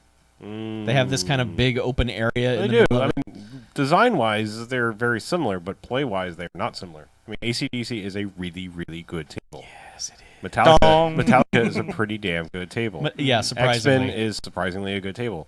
Avengers sucks. Yeah. Avengers is a table designed for people that love precision shots and being like, okay, I need to do this, and then this, and then this, and then something awesome happens. Mhm. Whereas a lot of the other ones are just, I can plink it around and just smack the flipper when it gets down there, and something's going to happen. Yeah. Whereas I think Avengers is much more designed for like precision players. I don't know. Sure, I'm sure it's all preference, but it seems like Yeah. every other Stern But as table, it I'm is, like, this it's one not very fucking fun. sucks. Yeah. Yeah. Like the Rolling Stone one fucking sucks. Yeah, Rolling Yeah. Stones is terrible. Well, because Mick Jagger's an asshole. I want to mention something really quick about the AC/DC table, which is that it had a little mod on it. That might be an actual factory No, option. no, No. I found out the guy No, did that guy made those. Oh, mods. really? Okay. Wow, Yeah, great. that's cool. $99. That's not bad. So it had a little mod on it on the coin door, Mhm. which had a switch and a knob and a headphone jack. And you could just plug your headphones in, and there you go, game sounds. So you got not only like the soundtrack game sounds and all the barks and stuff, but you also got all of the all the pops and like pop bumpers and Mhm. all the other little gadgets on the table that make noise. It played those sounds too when those were activated. So you didn't miss out on the something sounds different. I don't know what that was. It was something popped. Pop bumper. Okay. So you didn't miss out on those sounds by having your headphones in, which was really great because for most of the time they had AC/DC turned down to 0 volume. Yeah, the first So you could barely hear the.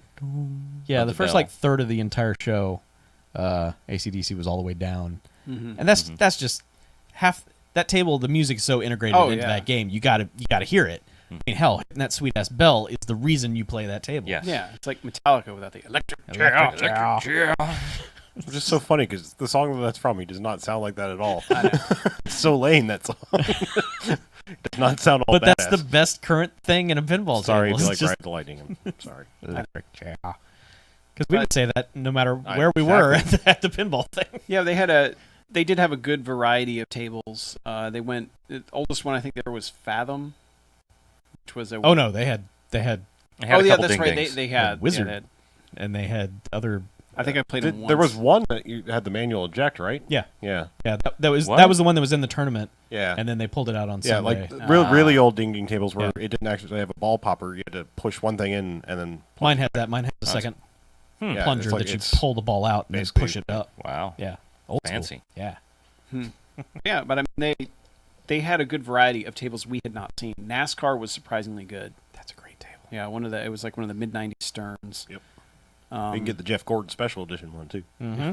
I really liked Indiana Jones, which the first time we had tried it, it had been broken at a local But pool you know, there's hall. also two different versions of that. There's an slightly older one that doesn't have the crystal skull stuff. Yeah, the You're- like a mid-80s one. But the Stern... You're being nice by saying it was kind of broken. Yeah, It was fucked. it was basically Probably your fucked. Last Crusade is the drop that you're going to hit most often, Yeah. and that was broken in the one we tried to play before. Yeah.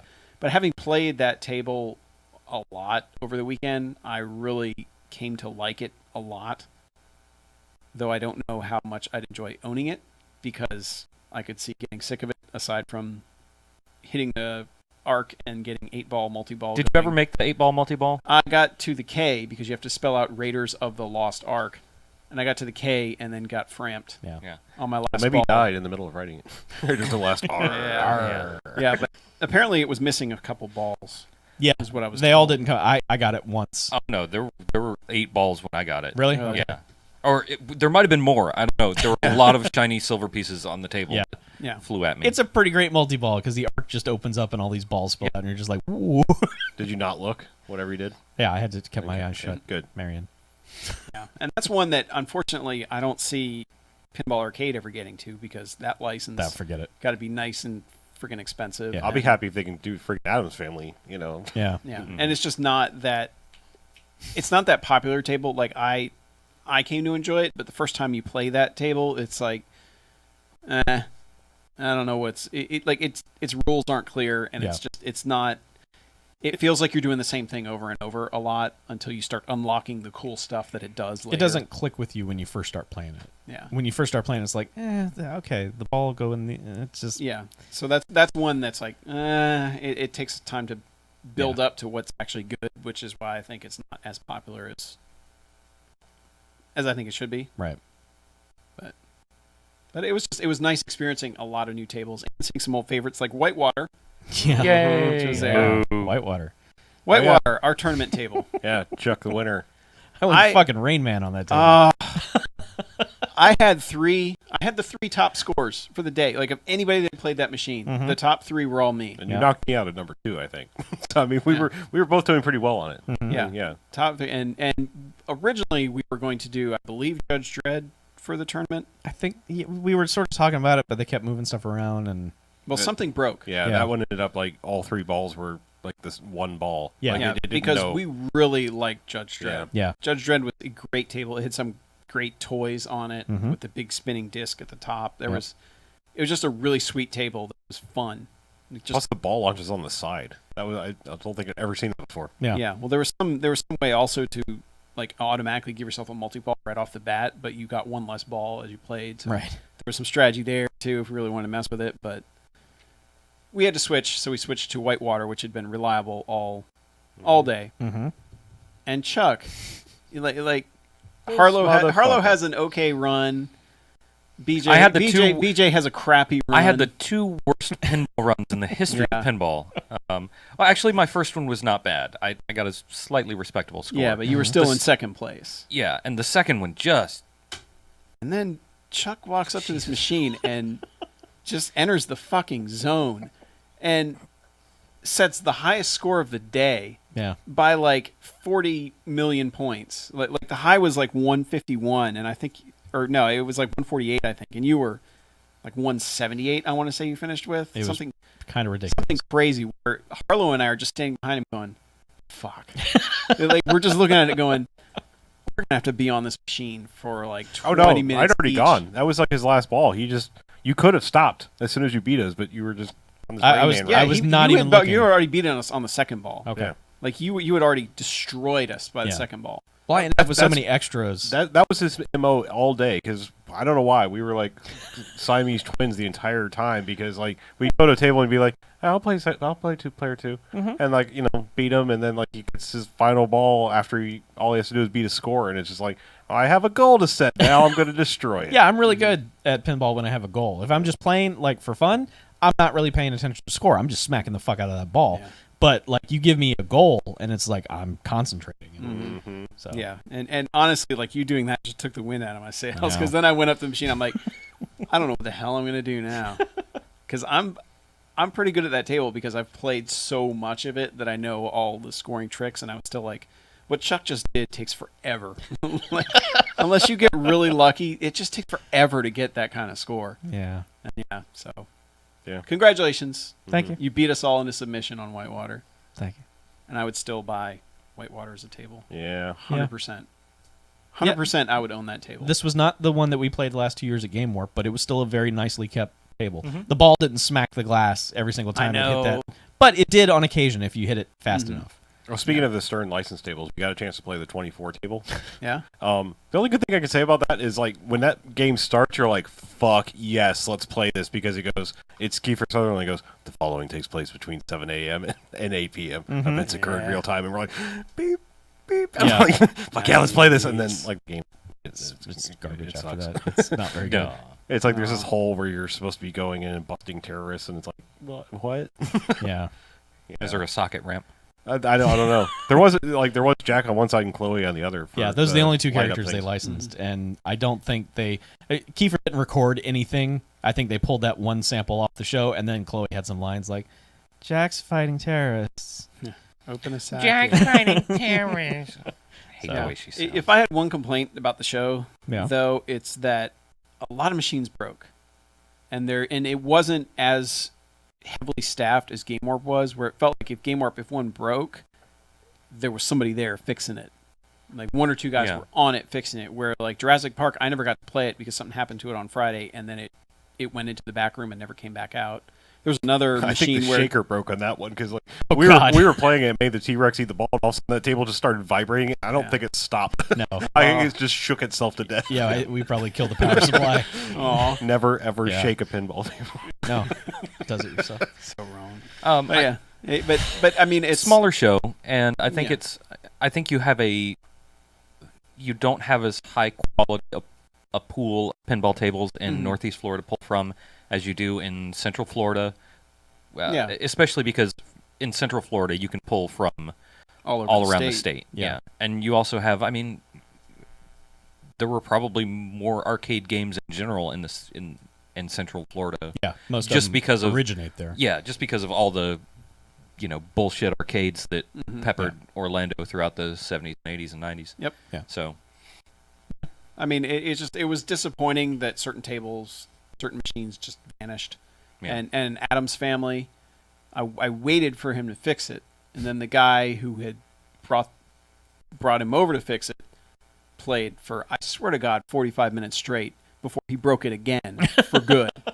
And they took Adam's family away. I never got to play it. I was like, Yeah. that sucks. And there was one where they dropped the back glass. Oh, that was Which machine was that? it was an 8-ball. I think it was. Yeah. Yeah. So it was All something, Deluxe or but something. somebody, they either set it on the, like a volunteer who just didn't know what they were doing or whatever, set it on the top. Yeah. And then when it moved, that thing just slid right down and just shattered. And it was one of the old painted back Yeah. glasses. It Yeah. wasn't like just a piece of glass. Yeah. Yeah. Goddamn That's trash. always that's just like such a tragedy when that happens. It's like, no. Yeah, it's just the worst. Because it's It's like just- there I are only would've- so many. I would have liked to have those. seen somebody like running over there and just like sliding. Oh, it just shatters. No, on no, them. to catch it. Like Yeah. it would just been awesome. Like like Yeah. grenade. Yeah. So Yeah.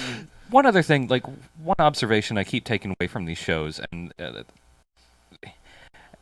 in regards to the breaking things, is people beat the shit out of these machines. Yeah, they do. If they're, especially, and I've noticed, it's generally older men beat the shit out of these machines because they were in honky tonks and bars in the 70s and 80s, and just nobody cares about the table. Yeah. And so they're shaking it all over the fucking place and like hip checking the table. And that's something like I'm getting more comfortable with gentle shakes of a table, you know, just a little quick, Sure. Like, You know, oh, it's about nudge. to drain. No. yeah, just a nudge. I just Yeah. flat out don't do it. But there are I do it guys, very rarely. there are I'm not guys playing for money. Yeah. You know. no, it, Yeah, but I mean, You know, like, and it's like not the little- old days it's not before there mine. were just a little shake. Yeah, but the old days, like before there were flippers, where you were just supposed to pick it up and shake it so they would hit the bumpers. That's what dudes are doing still. Yeah. They're just Yeah. sort of lifting it up, just shaking it, and it's like, dude, that's at this point that's someone's piece of furniture. Right. I wouldn't go to your house and just start shaking your couch. It's just Or just grab it, like just walk in and grab your TV and Yeah. shake your TV around Hey, for TV's 15 not minutes. working. Yeah.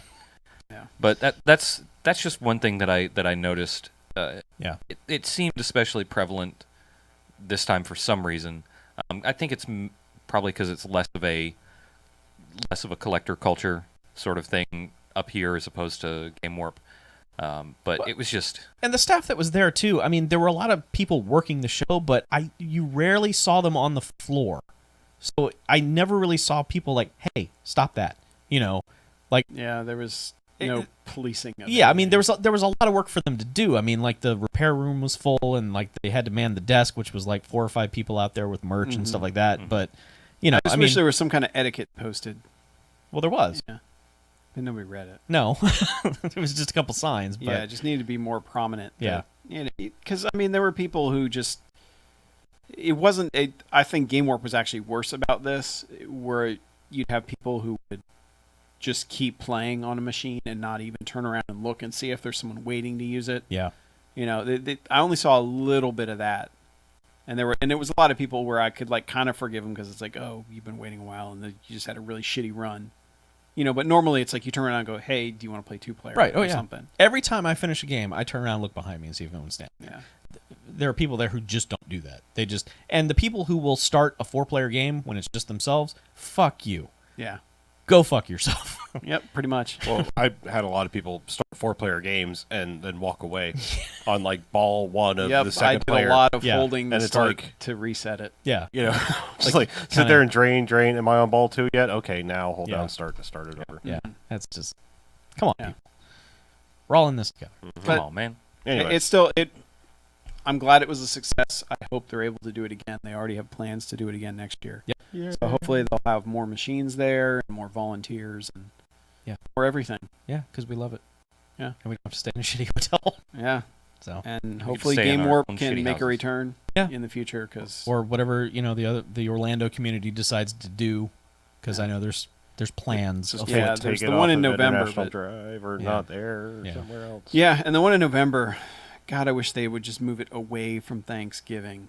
Yeah, the week before. That's my is problem with it. tragic. Is it's right before Thanksgiving, and it's like I got so much shit going on then already that. Yeah. Yeah. Yep.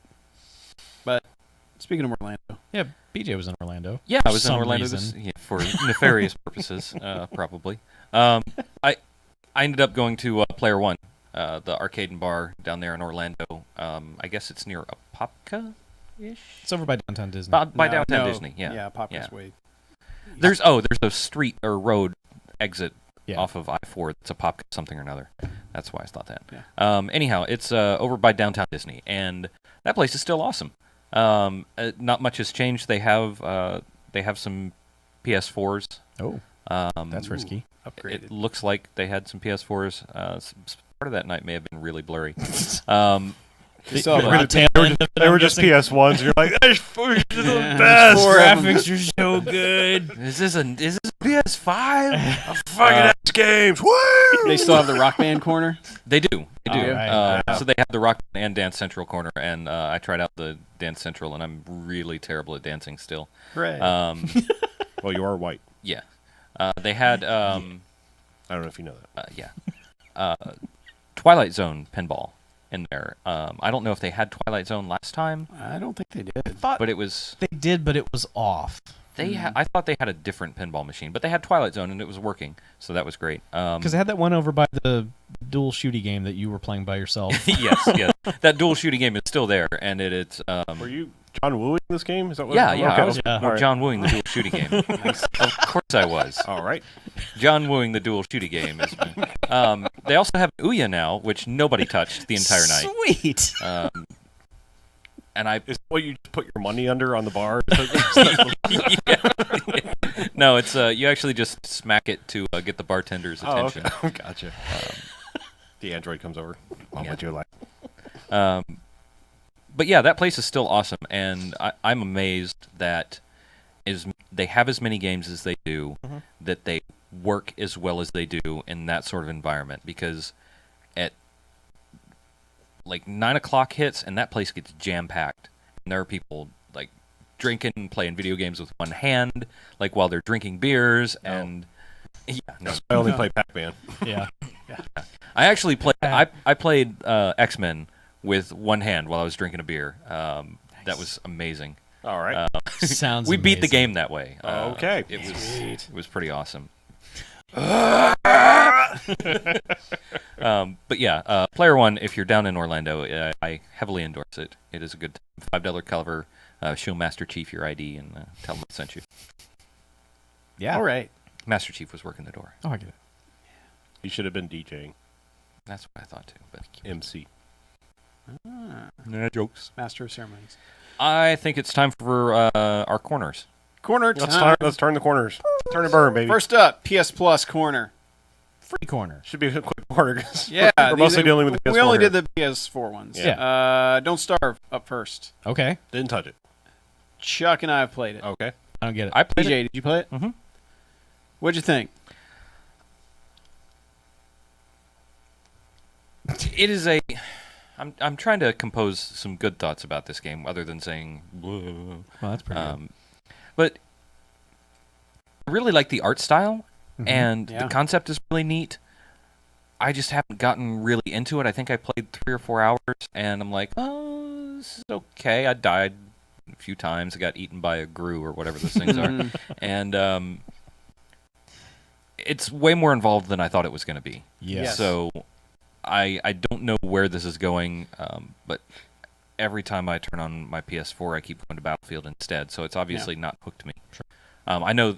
Like there are people that are live streaming 1,000 days, and like I can see it. crazy stuff. But Yeah, I think that game's really terrible about explaining its systems. oh, it's the worst because it doesn't 'Cause it explain doesn't. any of them. Yeah, all. it's just it's all trial and error. Yeah. And I can see on the menu, okay, I need to develop science stuff in order to permanently be able to make these things in the future.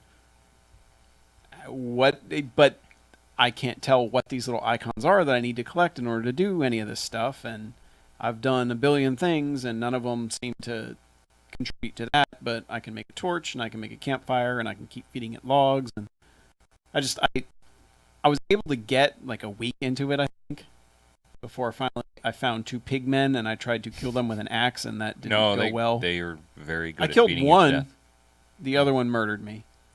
And I mean, it's just, there's a certain fun in the exploration, but the problem is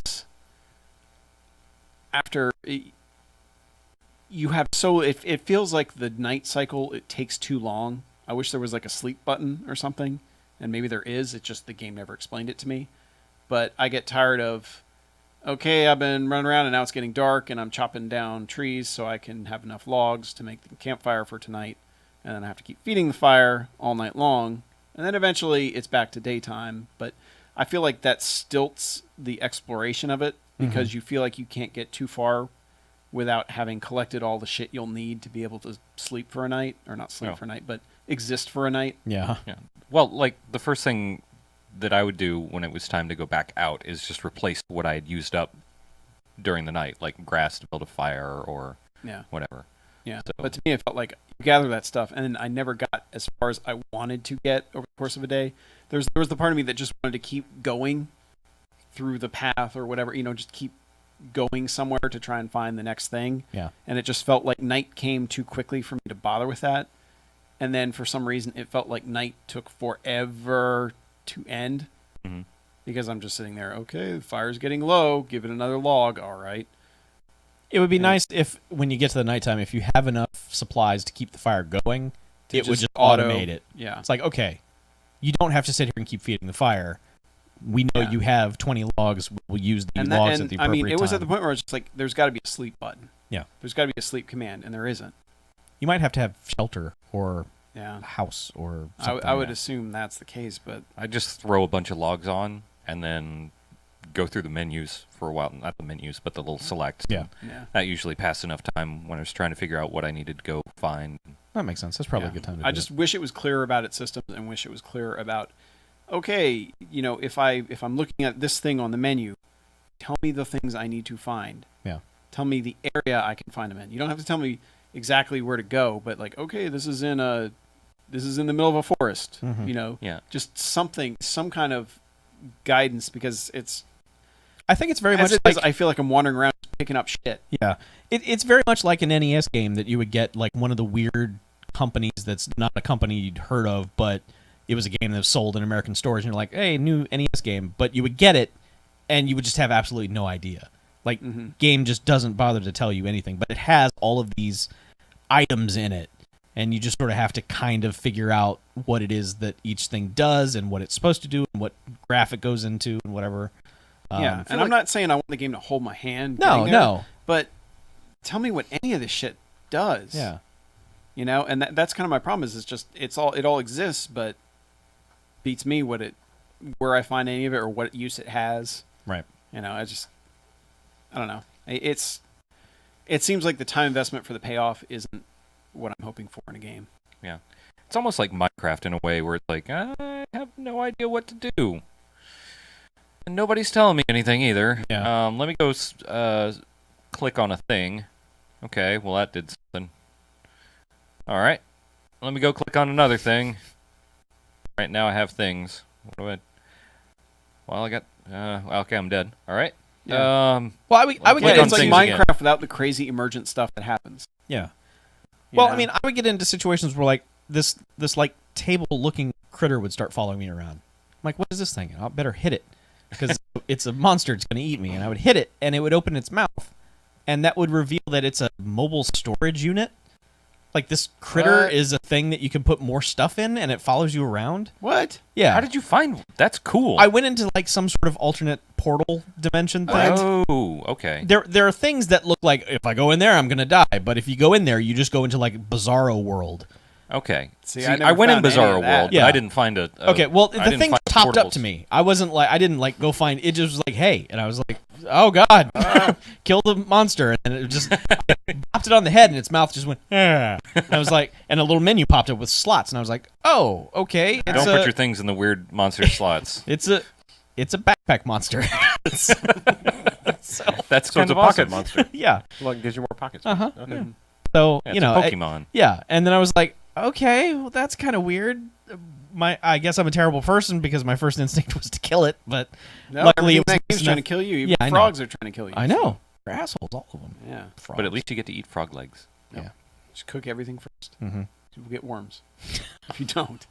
Really? Yes. Like really? In the game? Like if you catch rabbit and you don't cook the rabbit, you will have problems. Huh? How about Yeah. that? Yeah, So build a fire and cook it first. it's a life lesson, really. Yep. Yeah. It makes sense. So anyway, So yeah. Yeah. So I'm glad I got it free. yeah, it's a fun little game for free. It's a good free game. I mean, it's a good $10 game too, Yeah, maybe. or whatever. What are they charging Or for it? whatever. 15 It's bucks? probably 15 or 50, 20. probably. So speaking of surviving, Yeah. I don't know. Good one. Yeah. Yes. Well, they put out 2 survival games for Plus for PS4. Yeah. Because the other one is Outlast. I have not put a lot of time in this, but I get the basic idea of what this game is going to be. Mm-hmm. It is an exploration / survival game where you have no weapons, a la Amnesia. Oh. So the pretense of the game is that you're a journalist who will take the assignment that nobody else will. Someone contacts you about evil asylum. So of course you're like, that sounds legit. Let's go in there. Mhm. And you roll up, and of course the gate's locked. But you find a way anyway. And like one door later, there's bloodstains on the wall and weird shit happening, and it's like, turn the fuck around and go back outside, you dumb asshole. But you can't Nope. do that because video Oh. games. Hmm. So, yeah, I think I've spoken in the past about I'm not a giant fan of survival horror games, not necessarily because I cringe at like the idea of jumping or anything like that. It's that they're all designed to mess with you in terms of basic video game survival. Mhm. Like I didn't like Deadly Premonition because it was like things would creep up on you and start attacking you, and I'm like, I am not winning because I didn't know that thing was coming. Right. And that annoys me in video game of like not being able to see Mhm. and fighting the darkness kind of thing. And now I guess that takes that out of this, but it's still very much designed of stinger music and things like that. Go around a corner and something's Oh, going yeah. to jump out at you, and Great. yeah, I mean I don't know. It's a game designed to make you shit your pants on about 5-minute intervals. So I don't know if that's your thing. I guess. It was. It looks pretty cool. Yeah. I wonder how long it is. Don't know. I'll probably go back to it at some point when it Yeah. feels like the right time for it. I don't know. Didn't feel like it when I got it. Yeah. I just didn't like that it relied on stinger music rather than just what was happening to give you the scare. A game like that works better when there's build up. I mean, this is literally riding, start in the car where you're not controlling the car, but you're just riding in the car, riding up to this place, and it's like ominous place, lit only by headlights and a few shitty lights, Mm-hmm. and gates locked, and walk inside, and immediately shit is weird. It's like, you got to build this up. Like every horror movie is all about like, yeah, this is a pretty cool place we found out in the middle of nowhere. And, you know, it's like, and it's 30 minutes in before they're like, the main character is aware of weird shit going on. Usually you, the audience, is like, get the fuck out of there. Right. You know, but you don't, you know, they don't see that for a while until it's like all of a sudden like, oh god, Carol's dead. You know. Aw. Yeah. Yeah, but this is, I mean, like I said, literally, like, you know, you climb up this trellis to get inside and open the door to the first hallway, and it's like, you know, bloodstained handprint down the wall, and you hear chattering and weird shit. It's like, Get out. yeah, turn the fuck around, get back on the trellis, get back in your car, and get out of here. Nope. Must go on. And a cool thing is, like, your only utility that you have is you don't have a flashlight, you have a video camera with night vision. So it gives you that found footage monster movie thing with your own control. Great. Only Battery worst battery Worst life battery ever. ever. It's like, really? Like, I mean, strangely you find batteries inside the place, which doesn't make any sense. But yeah, apparently this thing runs on like 1 AA, and it's gonna drain the video camera within 5 minutes, 3 minutes of use or so. It's like, okay, really? Like, I don't know. It's a video game. It almost would have been more interesting if, like, you had a timer on the video camera of 1 hour or whatever a normal battery would last, or 2 hours, and Right. you get one battery. That almost would have been more interesting to do in the game. Be like, use this very wisely, because you're probably not charging it up, and you're not finding random batteries for your camcorder inside this asylum. Yeah. And it could make it unbeatable. Yeah. So I'm all for. Make it hard. Make it impossible, in fact. Great. No, not really. Okay. Similar vein, something I just want to talk about real quick. Okay. Alien Isolation Yes. that got announced. which Basically is like this. Basically that type of game, except in the Aliens universe. And fuck yes. Takes place in between the two, actually. Yep. Because you're playing Ripley's daughter. Yeah, Who I'm goes not looking crazy for- about that whole part of it. Like That's pretty very, fucking cool. It's cool, but it's a little too fanficky for me, and they don't necessarily need that. But I like where they're going with it. That if you get a gun, you're not going to bother shooting it at this thing because you know that it's pointless, and that it's all about hiding and surviving and finding your way out of whatever ship or space station or whatever you're in. And using the alien for that is probably the best way to use that. You know, because we know the track record of Alien games. Yeah. And really, but they haven't done it like this. Like they're all aliens are your doom monsters that there's a billion of them and you're shooting them. Well, they've all been aliens. They haven't been alien. Yeah. And this one is shooting for alien. Yeah. And aliens, they always made you too overpowered in all those games. It was always too easy to kill those things. Yeah. And that's why I think this game, why I hope this game succeeds, is that because you are powerless against this thing, because that's the whole point of the damn Alien, is that experience of being just completely helpless against this thing. And that's why that first movie is so good, and why I'm glad that somebody is finally going back to that style and going, all right, how can we make a good game out of that? Mm-hmm. So Yeah. my hopes are high. Fingers crossed. Yeah, I mean, I know our hopes have been high for plenty of other Aliens games, but Yeah. Yeah. this one, they seem to be saying all the right things and hitting all the right notes. So If it comes with a cool statue.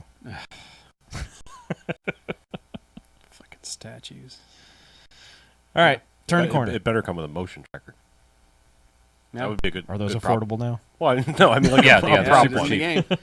Just a prop one you can turn on and Yep. makes that noise. All right, so let's move on to Mobile Corner. All right. First up, Tiny Death Star. Mm-hmm. Still playing it. They still keep adding shit to it. I am now But- officially done. Yeah, I'm quitting. That last thing that came up with the screen, it was like, we've added new levels, and there's more coming every week. And I went, fuck you, I'm done. Bye. I had filled all the levels, so I had enough money to just new levels. Bye. Nope. Do not want. Like, I wanted to finish that game. I wanted Yeah. to feel like I would finish. I don't Yep. want an endless builder. No, Nope. well, then don't play a mobile game. But I will say it's a yet another developer who doesn't fucking understand the economy they've built, because they basically have Imperial levels. You build shit. Now they've changed it around, so the Imperial levels that were formerly just pretty much useless, now you build shit on them to reach a certain goal that unlocks a specific level that you can only get within the 10 days, I think, was how long their little event lasts. So you have to be able to build first they're like, all right, well, if you build 500 of these, we'll give you a level upgrade thing. The next one, you build 500 widgets, so to speak. So the next one's like, oh, all right, next one to unlock this upgrade thing, 750. And then so you're like, okay, cool, you do that. Next one is like, well, next one's 900 to unlock bucks, which is like their currency. So it's like, okay. Then the next one is like, okay, well, here's this limited time robot, droid that you unlock. Okay, and the next one, by the time you're done, it's up to like, 2,000 widgets you have to create. Right. Which, if you add up the total, is something, like 6,000 widgets. Yeah. And I've been pretty consistently filling up every single level, making it output the maximum, which, since it's a mobile game, all right, wait and come back in an hour and a half and then collect it. Mm-hmm. I'm only through like the fourth thing, and there's like 8 of them, and there's only like 6 days left, and it's like, you guys realize people sleep, people have jobs, people aren't just sitting there on tiny fucking Death Star the entire day long tapping it, But once again, somebody was just like Forza, where they're like, oh no, this car is only 20 million credits. How long would it take me to earn 20 million credits? If you're not doubling it, it'll only take you about 125 hours. Yeah. It's like, fuck you guys. Like, do math. Learn fucking math. It's not that hard to figure it out. It's not that hard. But my theory is that they've designed it so even someone like me, who's doing the max and doing it as often as possible, is still not going to make it by the end. So they're going to want you to spend your bucks on, okay, rush this, so you can unlock that last thing. Mm-hmm. I get the feeling that's their end game with that. And if that's the case, then yeah, I'm with you. Shutting it off. I was done. Farewell. I Goodbye. was two levels and like 3 dream jobs from being done with the game. Yeah. Of having every level and having people in every dream job. Mm-hmm. And yeah, it was like, we've unlocked more residential. I was like, okay, that's good. And I was like, I now I can make another residential level and make this easier to find my dream jobs and actually fill the one's store that was empty because it was a limited time thing. And they didn't do the math for that. They're like, here's a free level. We're just not going to give you enough apartments to have people to fill that one. Yep.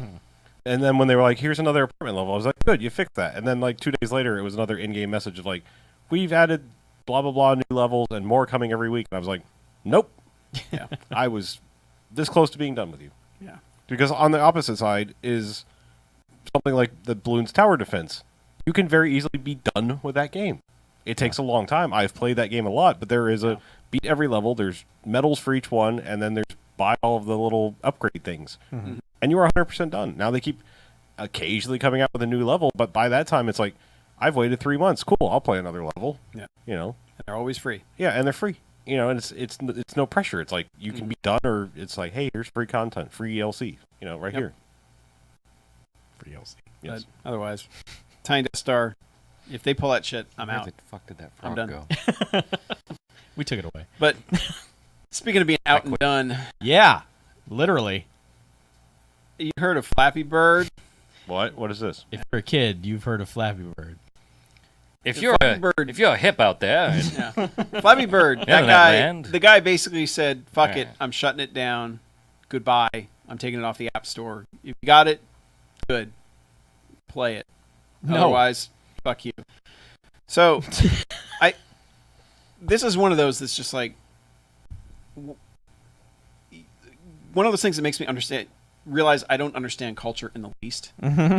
Like, why out of everything, this is what people are just like, yeah, man, Flappy Bird, gotta play that.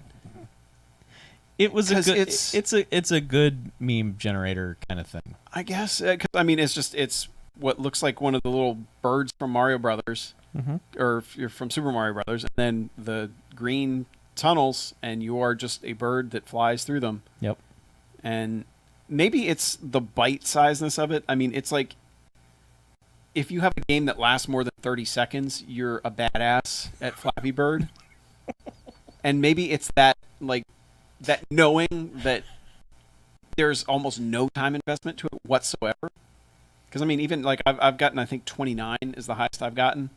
And it's like, obviously it never ends because That's all it is. But it's that old helicopter flash game. Yeah. It's like you tap it and it goes back up, and if you tap it too much, it'll go too high, and it'll drop precipitously if you don't tap. And there's nothing to it, and yet everyone went fucking nuts over it to the tune of he was making $50,000 in advertising a day. Mm-hmm.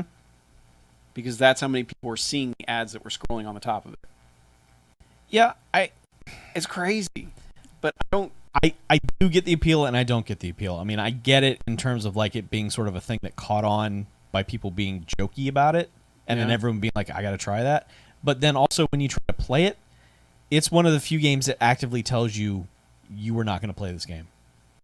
Because you can literally end a game in 2 seconds. Yeah. Like when you first start playing, it's like, okay, let's see what this is. Oh, you have to. All you do is you tap the screen to flap the stupid bird, and then you've got to go through each little gate. It's so weird. And it's like the first time you miss, you're like, son of a bitch. Well, I could do better than that. And then you go through one, and you're like, I didn't make it through the second one. Shit, fuck this game. And it just became that thing of a 7-second game that tells you you're not going to play it. And you're like, well, no game is going to tell me I'm not going to play it. I'll show you, Flappy Bird. I guess Are we just people wanting Skinner boxes now? I mean, are we just rats in a maze? Like, I can get to the cheese, and I don't care what kind of punishment and bullets and fire I have to cross through to. It's a mobile version of Dark Souls, if you ask me. It's Yeah. just just an anti-game. It's I like, think it's hard, but it's never punishing because it's not like, oh, I just spent an hour in this and I got nothing. Like Yeah. Dark Souls can be, where Yeah. it's like, no. I just wasted my fucking time, even though you did, but you wasted 13 seconds. Yeah, and it's pure arcade game. I mean, it is score. You were not leveling up. You were not doing anything. You were just getting points. And it's I just- one I- That's it. It's like, oh, this is terribly hard. It can't be that hard. Yeah. Oh, this is really hard. Yeah. I gotta just- be good. I guess I just don't get. There's 1,001 shit endless runners I know. in the iOS store, in the Google Play store, in all of it. Like, It has a goofy name. I guess It's an easy punchline for a Twitter joke. yeah, and he put it out like last September. Yeah. and it didn't catch on until Yeah. like right now. It's one of those things, like, it's one of those crazy products on Amazon that gets that everyone's creative juices starts get flowing, like and the they horse and they, mask. and they stuff. just write ridiculous reviews for it, and that thing suddenly becomes uber popular when there are 50,000 more equally insane, equally stupid products on Amazon. It's just that thing that catches on, and everyone just, runs with it. So it's Reddit's fault. It might be Okay. Reddit's. We can blame Reddit. I will. Absolutely. Yeah. I don't know. I just it's fun, but it's no, like Jetpack Joyride is a billion times the game that one is. Sure, absolutely. But it's and free. there's so who not cares? that much to Jetpack Joyride really when you look at it. No. So I don't know. Yeah. I guess it's just one of those things where I'll never understand society. I guess. I get it I will either. never that game understand just that proves one it to 'cause me. I didn't And get the it. fact that people will send a guy death threats because he made this little fucking thing and he makes money off of The it. extra the whole thing about taking it down and everything that's happened since then, I don't understand that at all. I'm not even going to get involved in it because it just reeks of some viral marketing bullshit or Vietnamese he's- mob or some Yeah. weird shit that's happening, and I just don't want any part of it. But people who are so emotionally invested in it, this is a pretty good window into society, and like psychologists should be finding these people and putting them in sessions and saying, look, you have some sort of issue. Yeah, well, no, but you I are mean, threatening someone over Yeah. nothing. yeah, and that's, I guess it's that whole, the internet has broken down the ability to do that sort of thing, and it's become not a big deal. Yeah. It's only a big deal to the person it's happening to, Sure, yeah. but everyone else is just like, whatever, it's just people on the internet. Right. We're like, way back when, if you wrote a letter to somebody that said, I am going to fucking kill you, You go and to you got jail. that letter in the mail, you freaked the fuck out and you went to the cops. Yep. If you got a phone call that someone says, hey, I'm going to kill you. Mm-hmm. The Flappy Bird's coming. Yeah. inside Yeah, you're the like, house. what the fuck? But now it's just become, Oh, the internet. yeah, it's been like, oh, well, something's popular on the internet. Of course you're going to get death threats. Yeah. It's like, I know. what the fuck happened to us? It's sad that we got complacent with that stuff. And I mean, 99 times out of 100, nothing is going to happen. But Yeah. still, you can stop it entirely by making like one arrest. yeah. You can go arrest someone who makes the most vile death threat, and then the internet might go, oh, maybe I'm not willing to roll the dice and be Yeah, a well, of fucktard course, on then the the internet would just pretend that they're you Yeah. and get you arrested. Yeah, that's So probably true. there's always a way. Life Yeah. finds a way. Douches find a way. Flappy Bird finds a way. Flappy Bird. Shitheads find a way. Hold on to your Flappy Bird. Yeah. So anyway, yeah, it's dumb. You can't get it anymore, so whatever. Oh, you can get it. There are a ton Nah. of places. No, No, can't don't get it. You know what? Goodbye, Even, Flappy Bird. It is Yeah. so can- Yeah, All Elton right. John is writing a song right now. yeah, for Flappy if Bird. you're about to do that, just go on your app store and type in Jetpack Joyride and play that instead. Or Temple Run. Is or Jetpack Joyride free? Punch Quest. Yes. Does Or- it have? Oh, okay. Does it have There a you cute? Does it have a cute bird that flies between pipes? No, No, it has berry steak fucking steak fries. No cute birds. No app download. Yeah. That's my rule. No. Berry Oh. fucking steak Anyway. fries. Yeah, Every app I have on this space phone has cute birds. Well, that's good. you're part of the problem. Shut So up. Chuck, Yeah. are there any birds in the room? Nope. Wow. Just puzzles. Okay. What? moving You're on. tearing us apart, No, Chuck. it's in the wrong room. Oh. Oh, I so that wanted it. continually disappoints me. Yeah, I so wanted him to be like the narrator or something. Oh. And no, the room is just a really well-designed puzzle game. Like I worry about people who can design puzzles like this. I Yeah. just it's just one of those games. My brain doesn't work that I couldn't reverse engineer this game to make it so that someone could then play it start to finish, because you have to start at the end and go back and Mhm. just create all this stuff. And I just Wait, back up a sec. What is the room and where is it? there's really not a lot of explanation as to what's going on. You sort of walk into a room Uh-huh. and you've gotten No, I letters. mean, like, where am I playing this is what I'm saying. Oh, it's on iOS devices. Okay, you know? okay. We are in the mobile corner. Well, that... I'm can playing it include on my other things. iPad. Sure. It is a lovely iPad game. Okay. But it's just it's kind of like Myst. It's kind of environmental puzzle kind of situations, but it's all confined to a specific area in this room. Like you get into the room and you do some stuff, and all of a sudden this thing in the room opens up and creates this new puzzle, and you have to fidget with that for a while, and then that opens up into this new thing, and it's remarkably well designed, but it doesn't make you feel dumb. Like, I never had to consult the internet. I never got so stuck that I was like, I don't know what they're going for here. But it was enough of a challenge to where I wasn't just breezing through it. Mhm. It was the right amount of challenge for me in a puzzle game. I don't play a lot of puzzle games, but this one, like, when you figured something out, it made perfect sense. There's never any kind of like, oh, well, you got to put the chewing gum in the keyhole, and then that creates this explosion. It all made perfect sense. Mission Impossible. Yeah, you know, Point just click.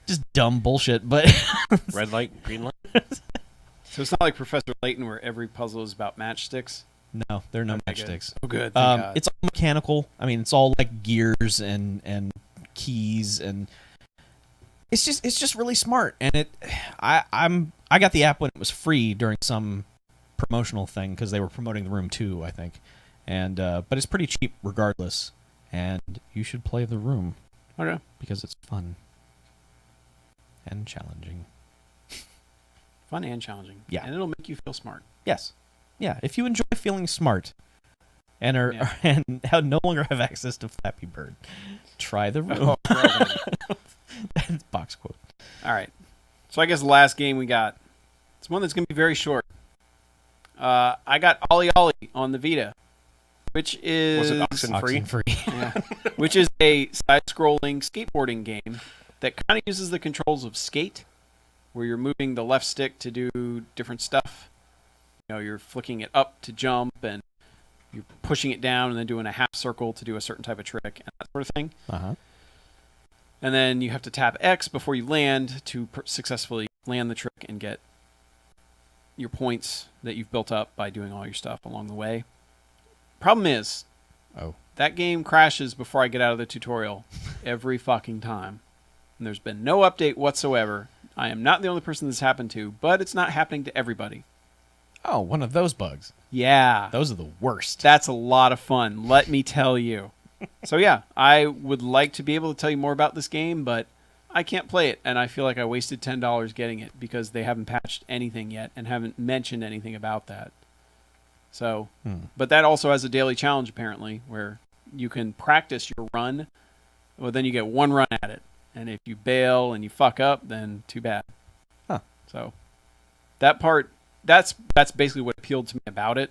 Yeah. And knowing that it's like, hey, kind of the old Tony Hawk idea of, oh man, I can string this to this to this, but it's going to be tougher every time I transition to a new thing. And it becomes that push-pull of, oh, I think I can make it and get an even higher score if I do this, and it's getting exponentially harder, but it's getting exponentially better score and that sort of thing. But yeah, I didn't get to experience much of that because the tutorial crashes. And then even when I skipped the tutorial, because when I reloaded, and then this is like a hard crash, like this is reboot the system crash. Oh, jeez. Yeah. So when I come back in, I just go, okay, let me just play the level. As soon as I start to try and grind something, lock up. So, yeah. Comes to a grinding halt. Ha! Ha! On that note. Yeah. So, sorry, can't review Ollie Ollie because it's busted. How's the tutorial? Tells you what to do until it crashes and freezes the whole fucking thing. So, Understood. hooray! All right. All right. Video games. So, got an email from Jay here. Email corner. Yeah. We Jay got emails? Yay. Yeah. Hi, Jay. They're from Jay? This is Jay from Yay. California. Okay. Hi. This was called No Game New Year 2014. Uh-huh. So, hey, No Quarters crew, Jay from California here, and there's a new movement starting in the YouTube/vlog/Let's Play community called No Game New Year. How it works is you don't buy any games in 2014. You play at least one game from your collection each week, and you have to sell, trade, or donate any games you don't like. I'm not participating in this because I lived it for most of my life. When I was a kid, I was guaranteed 2 games per year, one on my birthday and one on Christmas. I did save up for games like the time I babysat and mowed lawns for a summer to get Link to the Past, so fucking worth it. But I never had the money necessary to play or own all the games that I desired. In my teens and 20s, it didn't get any easier.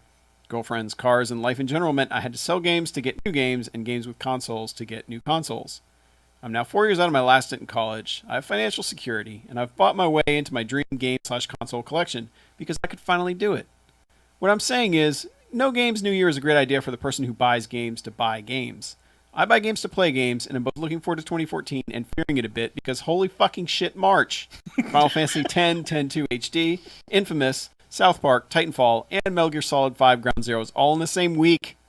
Hunker down and prepare yourself if you're not participating in No Games New Year.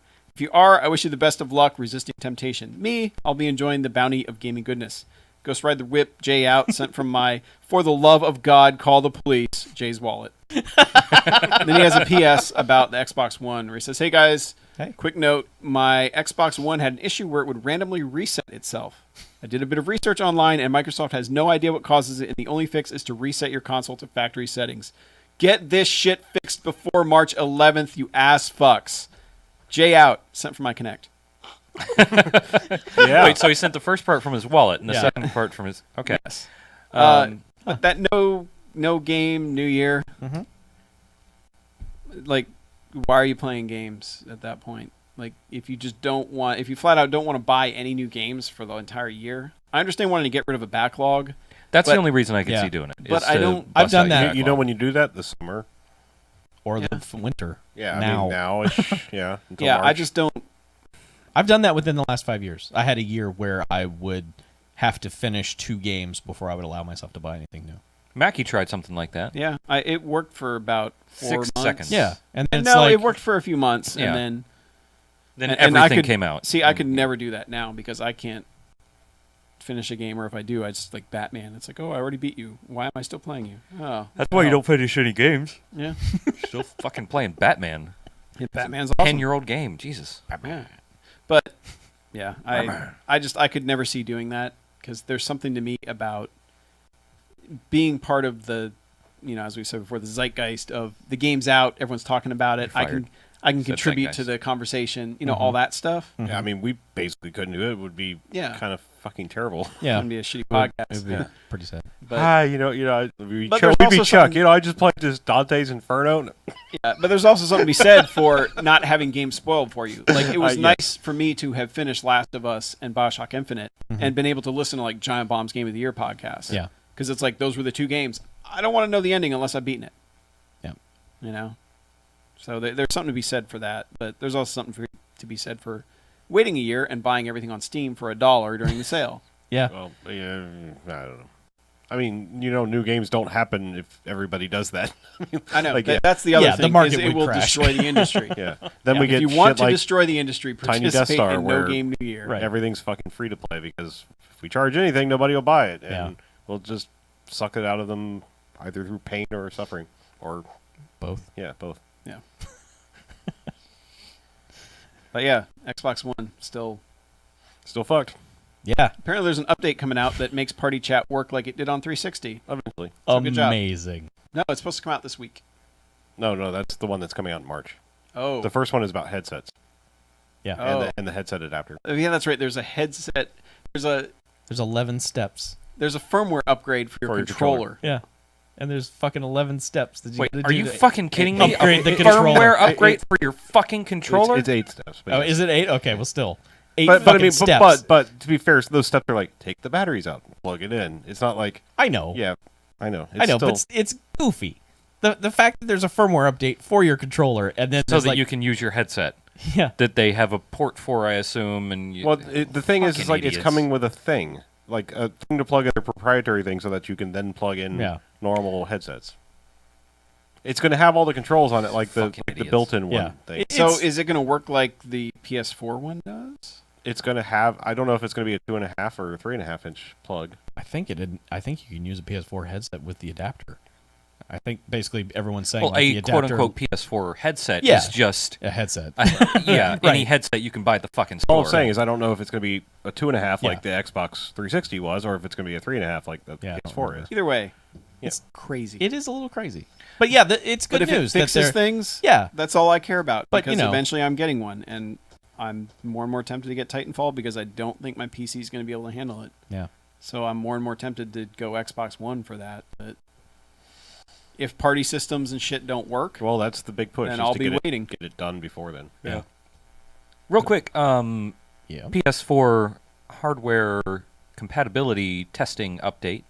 Harlow and I had a minute a couple weeks ago, week and a half ago. Sure, whenever Before we played some- whenever we Battlefield. Yeah, or you we got were- your own We Battlefield. were battlefielding. Yeah, I went and bought my own copy of Battlefield, by the way, because I'm smart. And we decided to do a little bit of testing with my with some headsets or some headphones that I had laying around the house, and my Samsung headphones that have a button that have both the like play pause button and the volume button Yeah. on them. There's like a cell phone headset. Those work. Okay. So chat comes through on that. I also tried a pair of single button Skull Candy headphones that also worked for both audio and or for both. So it must be something Hearing and specifically speaking. with the Apple. I think ones. it's a specific Apple technology in their headphones that's Yeah. not compatible. So if you have a set of Skull Candies or probably Beats probably work if you're dumb enough to spend that much money on headphones or anything Made by else that's- Monster. Yeah. Mm. Anything else that's not like those specific Apple headphones or ones that are specifically noted as Apple headphones. Right. Yeah. Um, I got a really nice pair of Turtle Beach cans that have microphone. Turtle Beach Ear Force Z11. Yeah, they're actually billed as a mobile gaming headset, but they're perfect Yeah. for the PS3. Or 4. Yeah. The Mobile cord gaming. is really short though. Just be aware of that. It's like 2 feet total. Wow. Maybe, so don't like maybe yank shorter. the controller away. Yeah, from- but it's got that single plug. It's got the headset. You guys could hear me fine. Yeah. You Yeah. know, all- Yeah, everything- that's right. You were using Everything that. sounded really Yeah. great, I and it sounded does have s- an adapter. I sounded shitty because I didn't realize that the PlayStation Yeah. camera was also picking up until the last patch, Oh, where I yeah. can mute that now. So I was talking on my nice headset, but then It was also Also going coming You're also- through the yeah. camera. But it also comes with an adapter that splits it into a microphone Mm. plug and a headphone plug. But yeah, it was like $30 on Amazon, and that was really nice for just not even needing the voice capabilities of it, but just wanting Oh, yeah. a nice big set of cans to put on my head to listen to games. Mhm. So cans. I like a big, nice, Yeah, nice big I set like- of cans to put on my head. trust me, Cans, I like a right. big set of cans. Put them on my head. But yeah, I still love that that's an option. Like, Yeah. just the fact that I can put a headset in and get my game audio and chat audio is just incredible. Mm-hmm. I'm almost tempted by the new gold actual Sony one, even though I They're like not 7.1. They're not surround though, are they? They're 7.1. I think it's virtual surround. I don't think it's real surround. Yeah. What's the difference? I mean, you only have It's- 2 ears. I mean, Yeah, but the way surround works is by actually having speakers that are delayed. This is, from what I understand, like virtual surround is 2 speakers that are basically making teeny tiny echoes that simulate the delay that well, you should that's hear. every pair of headphones, pretty much. It's probably There good are enough actual like for- 5.1 headphones. Oh yeah, but for most usage, is probably good Yeah. enough. I'm just I warning mean, you, they're I'm- not actual No, I mean, surround I'm headphones. saying mine are 5.1, so they say. I mean, it runs off of an optical cord. Mhm. All I'm saying, theirs is completely wireless. There's something to be said about that. That's really nice. Yeah.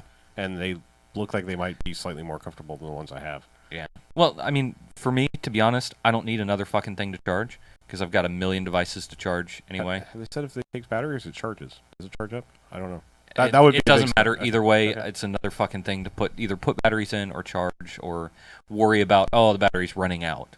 So I'm waiting for just the whole house charge field thing to come out, where it's just like whatever Yeah. needs charging in your house, just boom. yeah, and then you're, then you're Then you have cancer. Yeah, then well, you get sure. all the cancer. Your entire body's Yeah. yeah. Well, you still, just get turned into cancer. you get foot cancer first because Oh. mostly you're just walking around. That doesn't sound good. No, no. we're getting loopy. But- Yeah, that's I'm getting ready to buy one of those like 9 charging port things that I can just set on my coffee table so that I can just charge everything at once. It's the best. Get a charge mad. I'm fucking tired of it. No, those things are so stupid and slow. Yeah, I know. It's like 300 milliamp hours. Oh, Oh yeah. Ah, geez. Jesus. But that means that means your phone charges. That means your phone charges in like 8 hours, Oh, and that's bullshit. Who has time for that? that's only that's an overnight thing. That is so why would kind I? of that convenient. is God, that's like It is. so That's frightfully inconvenient. 2009. No, I said that's No, that is so. I said that's so kind of convenient because we're talking about a fucking space phone that we can walk around and pull up the right, goddamn all right. knowledge of the universe Yeah. on. Yep. However, Yep. when the battery runs out, it's Yes, useless. it is. Yeah. It's a pretty piece Yeah. of plastic. Sure. And if you can't charge it fast enough to actually use it, then Yep. fucking useless. Yeah. How can you play Flappy Bird? on a Right. I don't headphone? know. This is the dilemma. If of I want our- to, play Flappy Bird while my phone's charging, I can't leave it on the power mat Sure. in my obviously. designated Kinda power cool. mat spot Of course not. Kinda because cool. it'll zap your brains. So many All right. lack of milliamps. Electromagnetic cancer. All right. Anyway, Mm-hmm. God.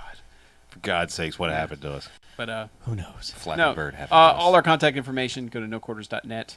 It's all there on the right-hand side. If you like bad movies, go to bmfcast.com. That's our other podcast, so check it out.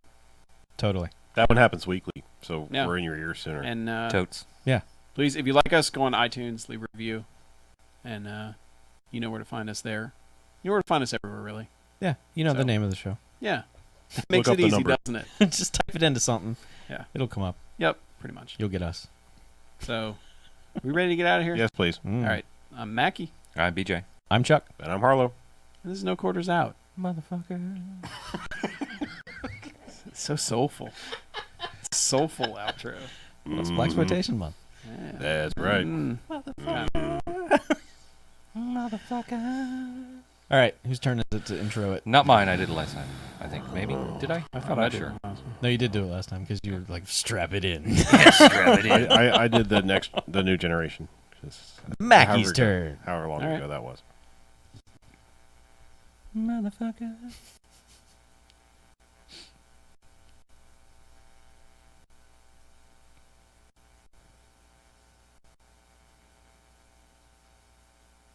All right. This month on No Quarter. See, I can't start with all right. Hey, guys. Hey, guys. This month on No Quarter. I'm Jasmine. Yeah. That Walt. If only he had spoken up during the actual episode. This month on No Quarters, we shoot lots of dudes, as always. Get a little roguelike, and we might even talk about some pinball. You never know. It happens. You could say anything, and Chuck will laugh. That's what's great. It happens. It happens. you never know. It happens. Sometimes we just shoot dudes. I don't know. I don't know. Sometimes it happens. Sometimes. It's just like shit. It happens, man. Sometimes you feel like shooting a dude. Sometimes you don't. And then we play Flappy Bird. Flappy Bird. Flappy Bird for 8 hours. Hey, give me straight. your phone. You got Flappy Bird? I want to play Flappy Bird. No. What? Did you delete it? Yeah, I did. Why the fuck would you do that? I did it before I knew it Maggie, was. you have Flappy Bird? Yeah. Give me Flappy Bird. Give me Flappy I'm Bird. never going to play it unless I... Flappy Bird, Flappy Back your Bird. fucking phone. Ladies and gentlemen. Why did you delete the fucking Flappy Flappy Bird? Bird. So you can't reinstall it either, can you? Nope. It's just I heard gone. you could re-download it. Oh, really? If Yeah. it's in my history? Well, maybe I will. All right, so I'm hitting play. Okay. And I'm going to tap the bird. and directly into a pipe, right? Is that how it goes? Yeah, kind of. Yeah! I got 1. Oh, I got a score of 1. Yeah! You win at Flappy Bird. Nope, sure doesn't. Way to win. Yeah. All right, one more time. One more time. Flappy Bird. Are they procedurally generated, or? Yeah, they're never in the same place. Oh, Jesus. Wow. All right. Yeah, See? here you go. Game says, fuck you. I'll flip the. Flap that bird. Flap that bird. 29. Oh, you did all right. See? That's the appeal of Flappy Bird. Some other jackass got... Flappy Bird. Yeah, and I was like, hey. Ooh, that's touchy. It is touchy. Yeah, very touchy. Apparently, so are the people on the internet. Yep. Jokes. Zing. I got 1. Okay. Yep. Tied me. All right, I'm ending this everything. Okay. Bye. What happens if you hit the Goodbye, world. I'm ending this everything. Yeah. It's all ending now. Shut it down. Shut it all We're living in the snow globe.